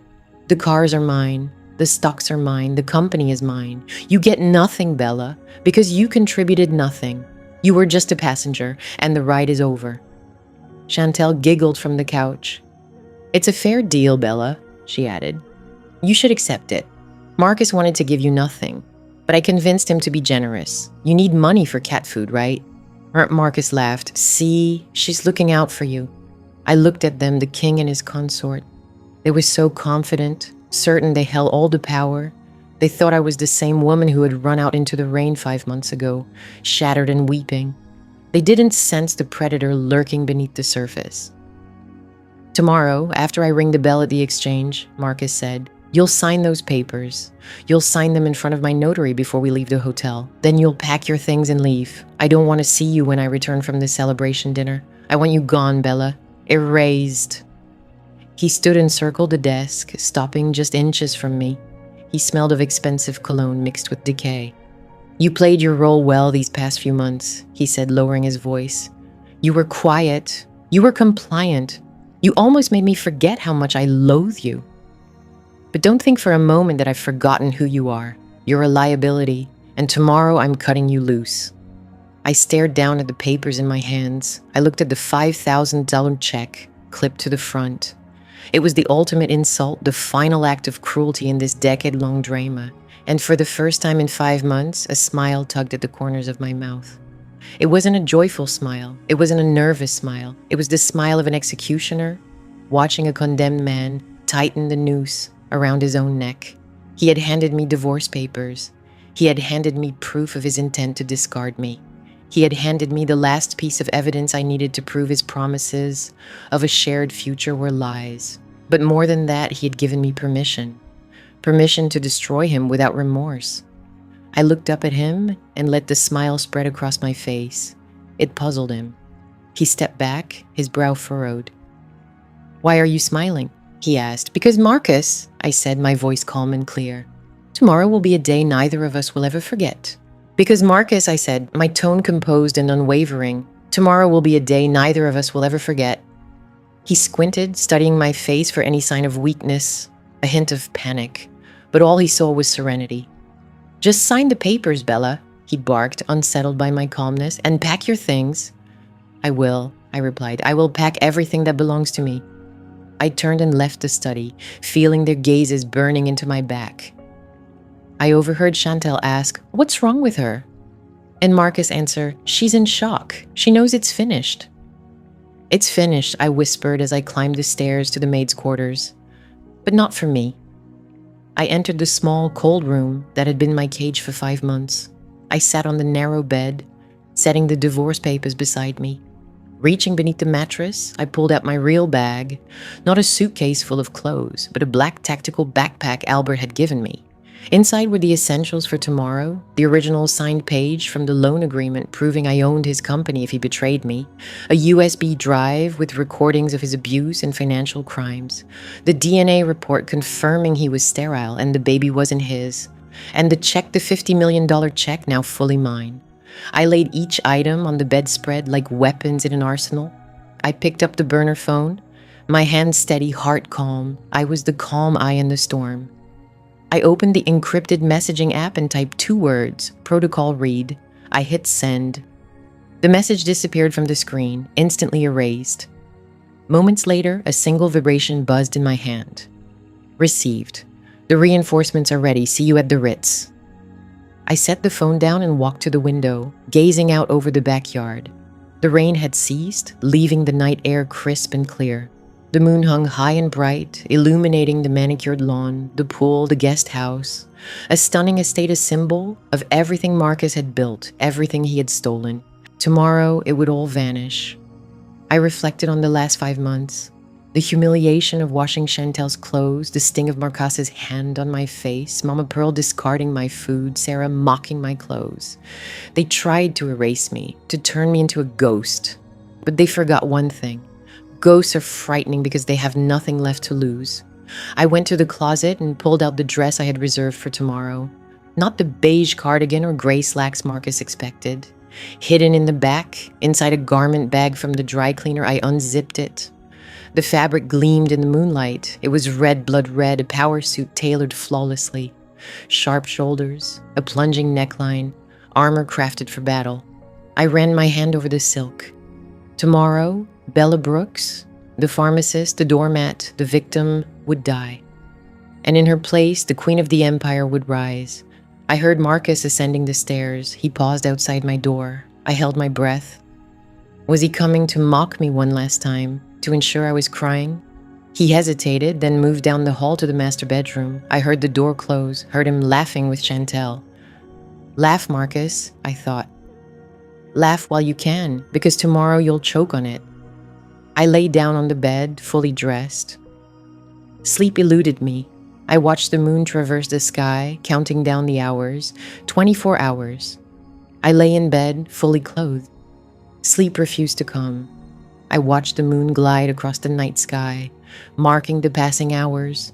24 hours. In just 24 hours, I would be free. In 24 hours, he would be destroyed. I closed my eyes and envisioned the stage, the bright lights, the cameras. The moment the world would finally see him as he truly was. And the moment he would gaze out at the crowd and see me, not as his wife, but as his judge, jury, and executioner. Bring on the dawn, I whispered. I'm prepared.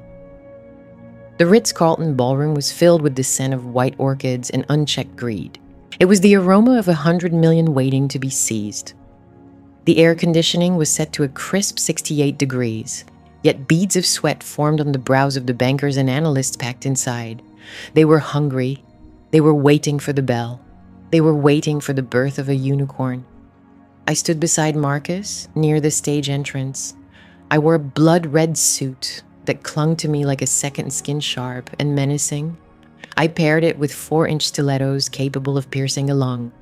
My lips matched the crimson shade. I no longer looked like the pharmacist's wife. I looked like a warning. Marcus, however, was too intoxicated by his own hype to notice. He adjusted his cufflinks for the 10th time, his eyes scanning the crowd with manic intensity. I had to admit, he looked handsome. The tailored tuxedo masked the softness around his waist. The stage lights caught the flawless gleam of his costly watch. He looked every bit the titan of industry he fancied himself to be. You look intense, Bella, he muttered without glancing at me. Try to lighten up. You look like you're attending a funeral, not a celebration. Smile, wave, remember the script. I knew the script by heart. Stand by his side, look adoring, nod at his tales of humble beginnings, then vanish when the real festivities begin. I'm smiling, Marcus, I said, baring my teeth. Can't you see I'm overwhelmed with emotion? He glanced at me briefly and frowned. Whatever. Just don't trip.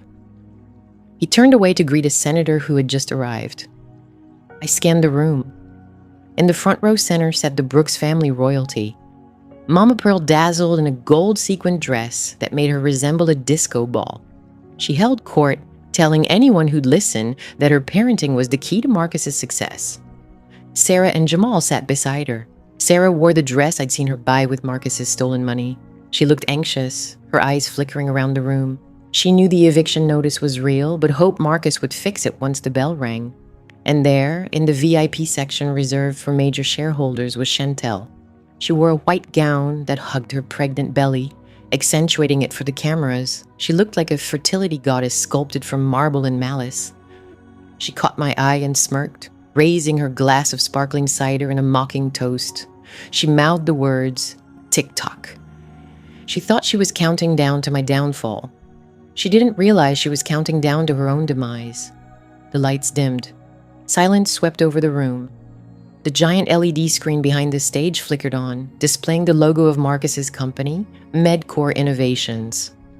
A dramatic voiceover began, praising the company's groundbreaking technology and visionary leader.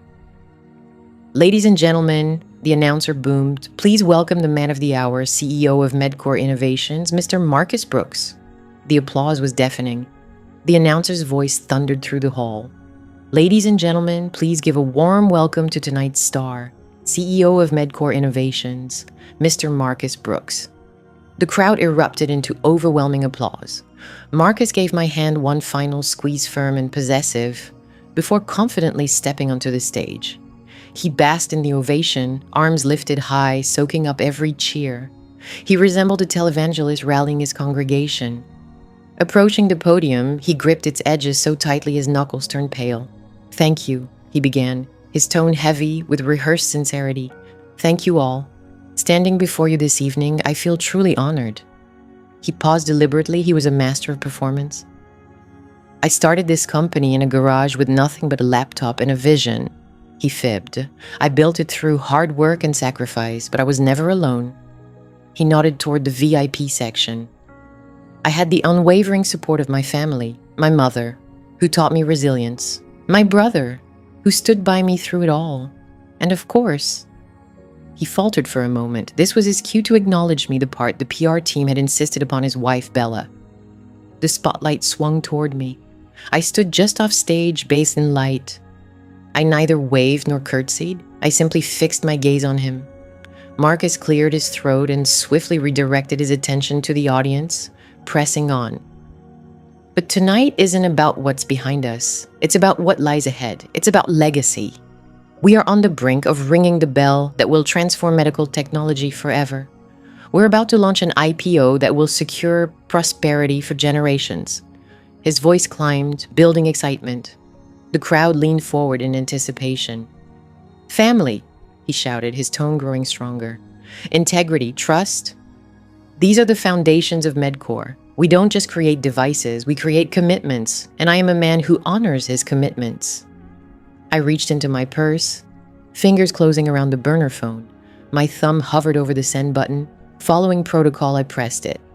The message was sent, silent, invisible, lethal. On stage, Marcus raised his hand to activate the ceremonial button that would unleash confetti and simulate the opening bell. "I dedicate this achievement to my children," he declared, locking eyes with Chantel, "to the next generation." And then everything came to a halt. A piercing audio screech blasted through the speakers, forcing everyone to cover their ears. The massive LED screen behind Marcus flickered wildly. The polished MedCore logo shattered into static. Marcus spun around, bewildered. "What's happening?"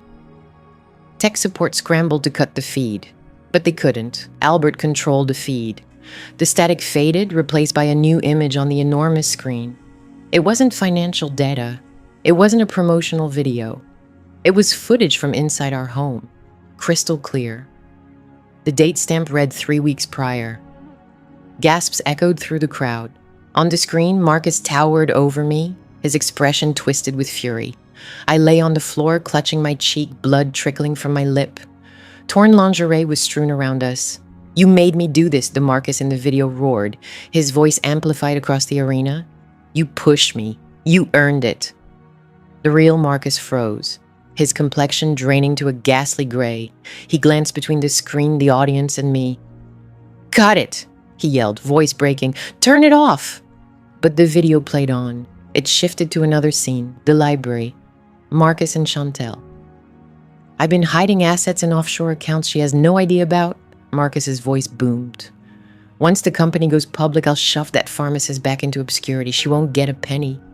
Whispers rippled through the audience. As the company prepared to go public, a chilling vow echoed. "I'll push that pharmacist back into the shadows. She won't see a single dime." Rumors began to ripple through the crowd. A growing buzz of shock and scandal surged louder with every passing moment. She was merely a pawn in the game. The video rolled on, showing Marcus's digital doppelganger tearing him apart, while the real Marcus stood frozen, helpless. "I need her spotless reputation to attract investors, but once I cash in, she's done for." Suddenly, Chantel stood up in the front row, her hands covering her mouth. Mama Pearl appeared to be having a seizure. Sarah tried to hide behind her husband. Then the screen went dark. One stark word appeared in white letters: default. The room fell into a heavy, suffocating silence. Then from the back, slow, deliberate applause began. Clap, clap, clap. A man strode down the center aisle. The crowd parted as if by a wave. It was Albert. Dressed flawlessly in a charcoal suit, his face unreadable, he ascended the stage and approached the podium where Marcus remained trembling. Marcus stammered, Who are you?" Albert leaned into the mic, his voice calm, deep and chilling the entire room. "I am the man who paid for your suit, Marcus. I am the man who paid for this event, and I am the man who is shutting it down." He scanned the audience. "Ladies and gentlemen, the IPO is canceled. Medcore Innovations is bankrupt. The bridge loan that funded everything has been called in." Chaos erupted. Shouts filled the air. Reporters surged forward. Cameras flashed wildly. Marcus clutched Albert's arm. "You can't do this. We have a contract." The underwriters have walked away," Albert snapped, pulling free. "They saw the video, Marcus. They saw the fraud. They saw the risk. But you're right, we do have a contract." He nodded toward the side of the stage. My cue. I stepped onto the stage, the click of my heels resonating on the wooden floor. My red suit burned brightly under the lights. Marcus stared at me, eyes wide with disbelief and dread. "Bella," he whispered, What's happening?" I stood beside Albert, facing the crowd. I saw the faces of those who had judged me, dismissed me. Then I looked at Marcus. "I told you, Marcus," I said firmly, my voice steady and cold, amplified through the microphone. "You made a mistake." Albert's lawyer, Mr. Vance, emerged from the shadows carrying a briefcase. He flipped it open and withdrew a single document sealed in plastic. He handed it to Marcus. "Read it," Albert ordered. Paragraph 14.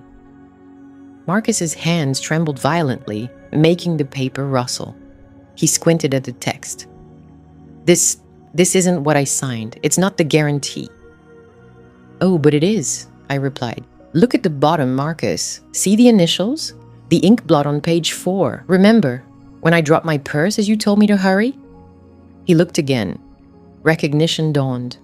The color drained from his face until he resembled a walking corpse. What does it say?" he stuttered. Mr. Vance stepped to the microphone. "It states, Mr. Brooks, that due to your extramarital affairs and acts of domestic violence against your spouse, you have breached the morality clause in the loan agreement." He paused, letting the gravity settle. "It further declares that in case of such default, the penalty is not financial restructuring. The penalty is total forfeiture." "Forfeiture," Marcus whispered. "In the case of such a breach, the consequence is not a financial reorganization. The consequence is complete loss." "Loss," Marcus murmured. "Yes," Vance responded. "Immediately, ownership of all pledged assets, including your personal properties, your automobiles, and 100% of your controlling shares in Medcore Innovations will transfer to the guarantor."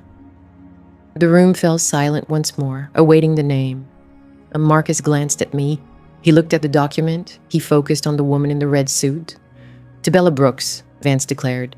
The crowd exploded. "No," Marcus shouted. "No, that can't be. She deceived me. She switched the documents. It's deception." It's your signature, Albert said calmly, notarized by your attorney in your office. You signed it, Marcus. You were too busy counting your money to read the fine print. You handed it all over. I stepped forward and took the microphone from the stand. I own it, Marcus, I said. I own the company, I own the home, I own the cars, I own the desk you sit at and the chair you sleep in. I looked down at Chantel in the front row. She was crying, her makeup smudging, her dream of becoming a billionaire's wife fading into tears. And I own the debt, I continued, which means, Marcus, you're bankrupt. Worse than bankrupt, you're nothing. Marcus lunged at me. You butch, I'll kill you. But he never reached me. 2 of Albert's security guards appeared from the shadows, stopping him before he could take 2 steps. They grabbed his arms, restraining him. Let go of me, Marcus yelled, struggling. I'm the CEO. I'm the king. You're an intruder, I said. I faced the crowd. The show is over, everyone. Please enjoy the refreshments. I paid for them. I turned my back on him. I turned away from the man who had tormented me for a decade. But we weren't finished yet. Financial devastation was just the appetizer. The main event was still in my purse, the DNA test. I heard Mama Pearl screaming from the floor. She was trying to climb onto the stage. You can't do this, Bella. That's my son's company. He has a child. He has an heir. You can't take away my grandchild's future. I paused and turned around. I walked to the edge of the stage and looked down at her. Your grandchild? I asked into the microphone. Yes, she yelled, pointing at Chantel. His son? I smiled. Oh, Mama Pearl, I said. I think there's one more thing we need to talk about. I pulled the genetic report from my purse. Chantel stopped crying. She looked up at me, fear in her eyes. She knew what I had discovered. Marcus stopped struggling. He looked at the paper in my hand. What is that? He whispered. This, I said, holding it up for the cameras, is a paternity test. The room grew silent one final time, and this silence felt like the fall of an executioner's blade. Mama Pearl hurried up the stairs to the stage with surprising speed for a woman in a sequined dress and heels. She grabbed the microphone stand, her face twisted in fierce indignation. Behind her, Chantel followed, clutching her stomach like a shield. Tears streamed down her face, ruining her carefully applied makeup. You're a thief, Bella, Mama Pearl screamed into the microphone, her voice echoing through the stunned ballroom. You stole my son's company. You stole his hard-earned success. But you cannot steal his legacy. This child is a Brooks. He is the rightful heir to this empire, and no piece of paper you tricked Marcos into signing can alter biology. The crowd murmured. The mention of a child always stirred sympathy. Mama Pearl knew that well. Signing can change biology. The audience stirred quietly. Bringing up a child always tugged at their hearts. Mama Pearl was well aware of this. She was laying down her final card, the grandmother card. Chantel wept loudly, pressing into the microphone. She's just envious because she's childless. She can't give him a son, so she wants to ruin ours. Marcus, speak up. Tell them about our baby. Marcus glanced up from the floor where the security guard still restrained him. He looked at Chantel's belly, and a spark of hope flickered in his eyes. It was the last thing he clung to, the only fragment of his pride left. That's right, he growled, his voice growing stronger. You can take the money, Bella. You can take the property, but you will never have this. You will never be a mother, and this boy will grow up knowing exactly what you did to his father. I observed them. The trio locked in their fantasy. They resembled a Renaissance masterpiece of greed and folly. I moved closer to the microphone. The sound of my heels on the stage echoed like a judge's gavel. I'm glad you mentioned that, Mama Pearl, I said, my tone steady and clear throughout the room. Because there's a small issue with your story. What issue? Mama Pearl snapped sharply. He's a Brooks. He has the Brooks nose. We saw it clearly on the ultrasound. I opened the folder in my hand and pulled out the first paper. It was age, yellowed at the edges. Marcus, I said, looking down at him, do you recall the summer of 2012? You were 24. You fell very ill. You had a high fever and swelling. Marcus's brow furrowed. The color drained from his face faster than when he lost the business. He remembered. Of course he remembered. It was the most agonizing week of his life. You had the mumps, Marcus, I continued, adult mumps, and you experienced a particular complication called orchitis. Stop it, Marcus whispered. Be quiet. I addressed the audience. For those unfamiliar with medical terms, orchitis is an inflammation that can cause serious harm to the reproductive organs. In Marcus's case, it resulted in bilateral testicular atrophy. The room fell so silent you could hear the ice melting in the champagne buckets. I produced a second document. This is a fertility report from Emory University Hospital dated October 2012. I read aloud. Diagnosis, azoospermia, sperm count 0, no motility. I let the paper fall. It fluttered to the stage floor beside Marcus's face. Marcus Brooks has been infertile for 12 years. A collective intake of breath seemed to drain the room of air. Mama Pearl stared at me, her mouth opening and closing like a stunned fish. She turned to Marcus. Marcus, she gasped, is that true? Marcus said nothing. He couldn't. He stared at the ground as his entire world crumbled. He had known. Deep down, he had known. But his pride, his need to be the dominant male, had allowed him to believe a falsehood. He had convinced himself he was so virile that he had defied nature. So I pressed on, turning to Chantel, who stood frozen in fear. If Marcus is infertile, then who is the father of your child, Chantel? Chantel stepped back, shaking her head. No, that's a lie. You forged those papers just like the contract. It's Marcus's baby. I know it is. I pulled out the final document, the DNA test results Sarah had conducted for me. Science doesn't deceive. Chantel, I said, I performed a paternity exclusion test using samples from Marcus's hairbrush and your toothbrush. The probability of paternity is 0%. I held up the report for the cameras, but inwardly I was searching for more. The chance of paternity is absolutely 0. I raised the report toward the cameras, but deep down, I was searching for something more. I needed to uncover the real heir to the Brooks fortune. So I ran a familiar query through the system. I scanned the VIP section. Could Mr. Tyrone Jackson be present tonight? A man in the third row stood up. He was dressed in a tight muscle shirt beneath a borrowed tuxedo jacket. That was Chantel's personal trainer, the same man she shared workout clips with 3 times a week. Tyrone looked petrified. According to this document, I announced, there is a 99.9% chance that Tyrone is the father. The room erupted laughter, disbelief, shouting, total pandemonium. Chantel screamed a raw, guttural cry of devastation. She lunged at me, her nails aimed straight for my face. You destroyed my life, she shrieked. You bitter witch. Albert stepped between us. He didn't even raise a hand. He simply stared at her. Chantel halted. She looked at her husband, the man she had betrayed, the man whose fortune she had squandered. Albert. She broke down, reaching out to him. Albert, please, she deceived me. I didn't know. I thought it was Marcus. I love you, Albert. Please forgive me. Albert regarded her with the same disdain one might reserve for a cockroach about to be crushed. You signed a prenup, Chantel. His voice sliced through the chaos. Clause 7. Infidelity results in immediate dissolution of the marriage and loss of all spousal benefits. He pulled a ring from his pocket, her wedding band. He had removed it from her finger while she slept last night. I filed the divorce papers this morning, he declared, dropping the ring onto the stage floor. You are officially divorced, Chantel. No home, no money, and a baby on the way with an unemployed personal trainer. I suggest you apply for assistance immediately. She collapsed. Her expensive white gown pulled around her as she wept on the wooden floor. Then there was Marcus. Security had released him. He knelt on the stage, staring blankly.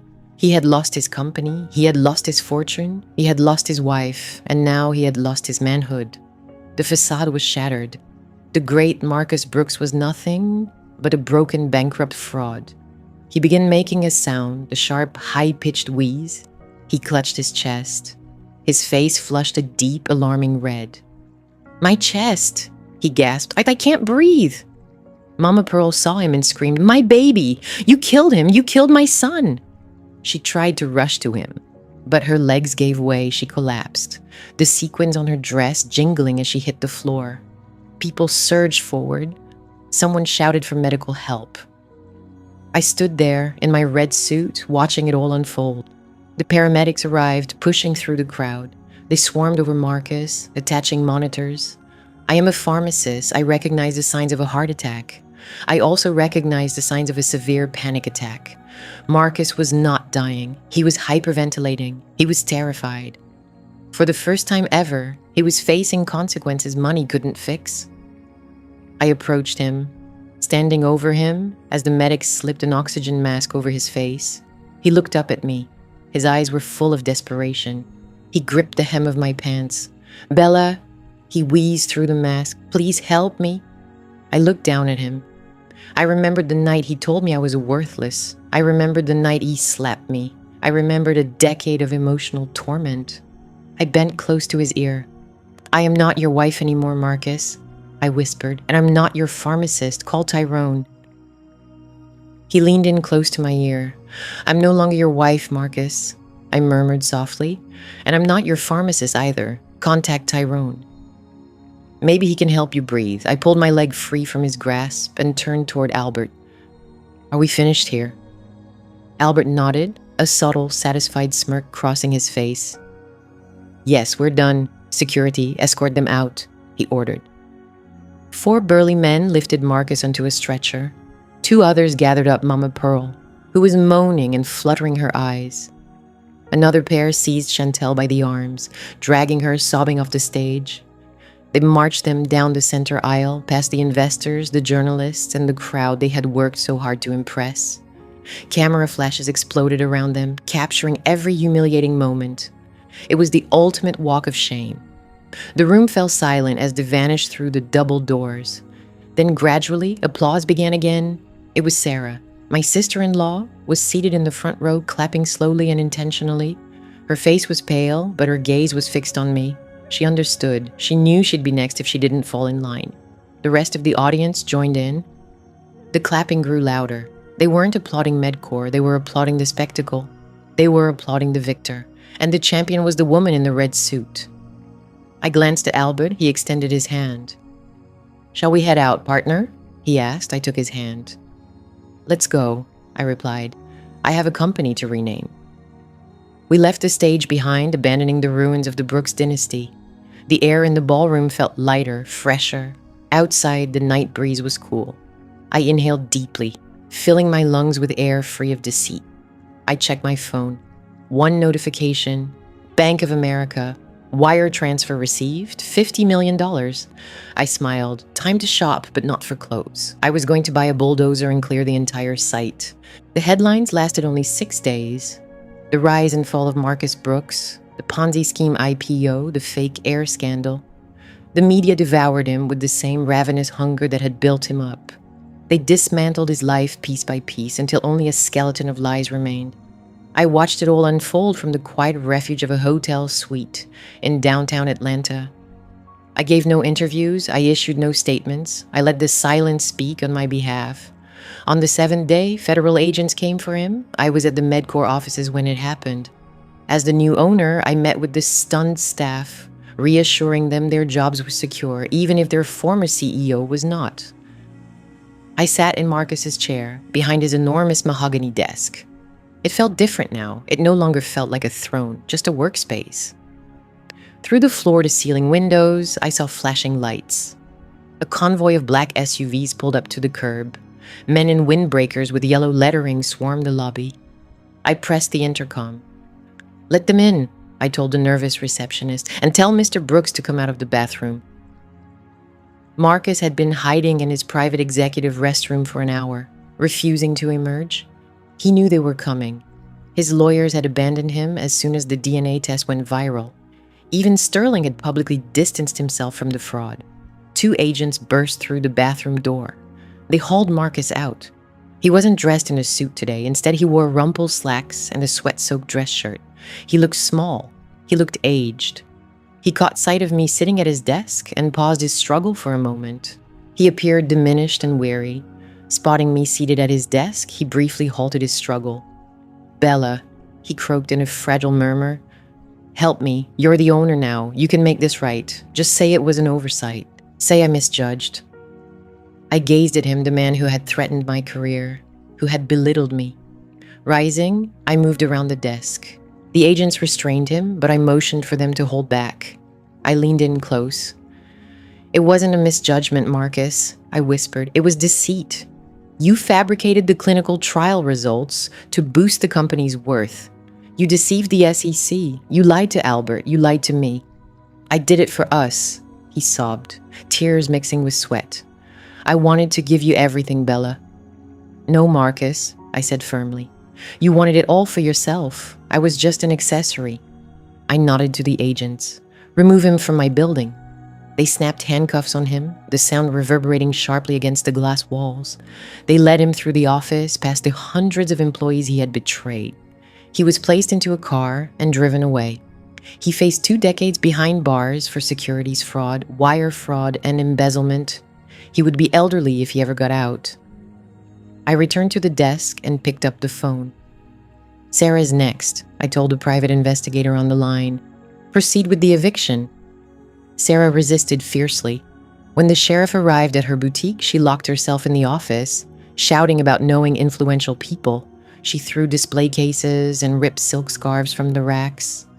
But in the end, she was just a powerless woman, with no funds, illegally occupying a place she didn't own. I didn't watch. The property manager's report sufficed. Sarah was escorted out in handcuffs for property damage and resisting arrest. She filed for bankruptcy the next day. Her assets were frozen. The Birkin bag, purchased with Marcus's stolen money, was confiscated as evidence. Her husband Jamal left as soon as the money vanished, moving back in with a college friend. Sarah ended up in a motel on the town's edge, working diner shifts to afford a lawyer who never answered her calls. She sent me a single text, a long, desperate plea for forgiveness, a loan, another chance. I blocked her number. I had no sister-in-law, and then there was Mama Pearl. The foreclosure on the Buckhead estate was swift and ruthless. Because the house was collateral on the loan, and the loan was in default, the property now belonged to the trust. My trust. I could have let her stay. I could have taken the high road, let her spend her final days in the guest house, surrounded by the luxury she desired. But I recalled how she tossed my food away, how she ordered me to scrub floors, how she stood on that stage screaming I was a thief while her son tried to steal my life. I signed the eviction notice. She had nowhere else to turn. Her church friends abandoned her as soon as the scandal surfaced. Her credit was shattered since Marcus had opened lines of credit in her name without her knowledge. Social services stepped in. They placed her in a state-funded nursing home 2 hours south of Atlanta. It was clean and safe, but it wasn't Buckhead. She was admitted to a state-funded care facility 2 hours south of Atlanta. It was tidy and secure, but it wasn't Buckhead. The place had linoleum floors, shared rooms, and bingo games on Tuesdays. I arranged a ride for her there. I didn't visit to say farewell. Instead, I sent a box with some of her clothes and a Bible. I heard she tells the nurses that her son is a covert agent on a secret mission, and that her daughter-in-law is a sorceress who stole her estate. They smile and offer her pudding. The slate was wiped clean. The toxicity had been eliminated. On Saturday morning, I drove to the coast. 4 hours of quiet and sunshine stretched ahead. I rolled down the windows, letting the breeze whip through my hair. I inhaled the salty air as I crossed the causeway leading to Sea Island. Albert awaited me on a secluded stretch of beach. He sat in an Adirondack chair, watching the waves crash in. Wearing linen trousers and a white shirt with sleeves rolled up, he looked calm, more youthful than he had the rainy night in the car. He rose as I approached. "Bella," he greeted, extending his hand. "You seem different." I shook his hand. It felt like shaking hands with a general after a battle. "I feel different," I replied, lighter.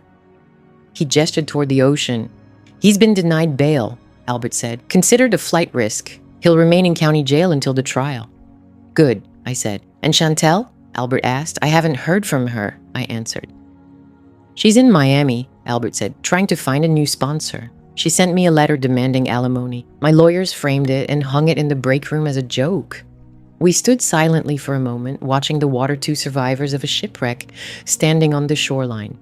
Albert reached into his pocket and produced a simple white envelope. "A deal's a deal," he said, handing it to me. I took the envelope and opened it. The check was printed on blue paper. It bore my name, Bella Jenkins, not Brooks. I had legally reverted it yesterday, $50 million, an astounding sum. Enough to never work again, enough to vanish. But I wasn't planning to vanish. "What will you do with it?" Albert asked. "Buy an island." I shook my head. "No, I have other plans." "Tell me." "I'm going to start a chain of clinics," I said, "but not ordinary ones. Community wellness centers in neighborhoods forgotten by big pharmaceutical companies. Sweet Auburn, Bankhead, West End. Free prescriptions for uninsured women, prenatal care, mental health support." Albert raised an eyebrow. "You're giving it away." "I'm investing it," I corrected, "in people, women like me who just need a chance. I want to build a legacy, Albert, a real one, not built on lies and debt." He smiled, a genuine, warm, impressed smile. "And the company?" he inquired. "Medcore. You own it now, it's tarnished. The brand is toxic." "I know," I said. "That's why I'm rebranding." I gazed at the horizon where the sky met the sea. "Jenkins Medical," I said my father's name. The name Marcus tried to erase. "I'm going to transform his symbol of greed into a beacon of hope. I'll use his technology to save lives, not just make money." Albert nodded slowly. "That's a solid plan, Bella. A very solid plan." He turned to leave. "If you ever need an investor," he called over his shoulder, "give me a ring." "I might just do that," I replied. He walked away, his footprints fading in the damp sand. I stayed there a long time, clutching the check. I thought about the girl who had run out into the rain 5 months ago. She felt like a stranger now, a distant memory. I was no longer that girl, no longer a victim, no longer a wife. I was a CEO, a distant recollection. I was no longer that young woman, no longer a casualty, no longer a spouse. I had become a CEO. I was a benefactor, a woman who had endured flames and emerged tempered like steel. I made my way back to my vehicle. It wasn't the Honda Civic Marcus had offered me. It was a pristine white Range Rover, purchased with my own earnings, fully paid off. I settled into the driver's seat. I tucked the check into the glove box. I turned the ignition. I glanced in the rearview mirror one final time. The beach lay deserted. The past was behind me. I shifted into drive and merged onto the highway, heading back to Atlanta, back to my city, my enterprise, my life. I didn't glance back. There was nothing left but ashes in my wake. Ahead, the road stretched endlessly, and the sun was just beginning to rise. The most powerful lesson from Bella's path is that when confronted with ultimate betrayal, your strongest weapon isn't impulsive anger, but strategic calculation. Bella teaches us that being underestimated can actually be your greatest advantage. Rather than remaining a victim to her husband's cruelty, she channeled her pain into a sharp, deliberate plan. Her journey reminds us that true strength arises from financial autonomy, emotional control, and the bravery to walk away when your value is no longer honored. Sometimes you must burn down your old existence to create the empire you truly deserve. If you believe that success is the finest form of revenge, tap that like button and subscribe to join us for more compelling stories of justice served.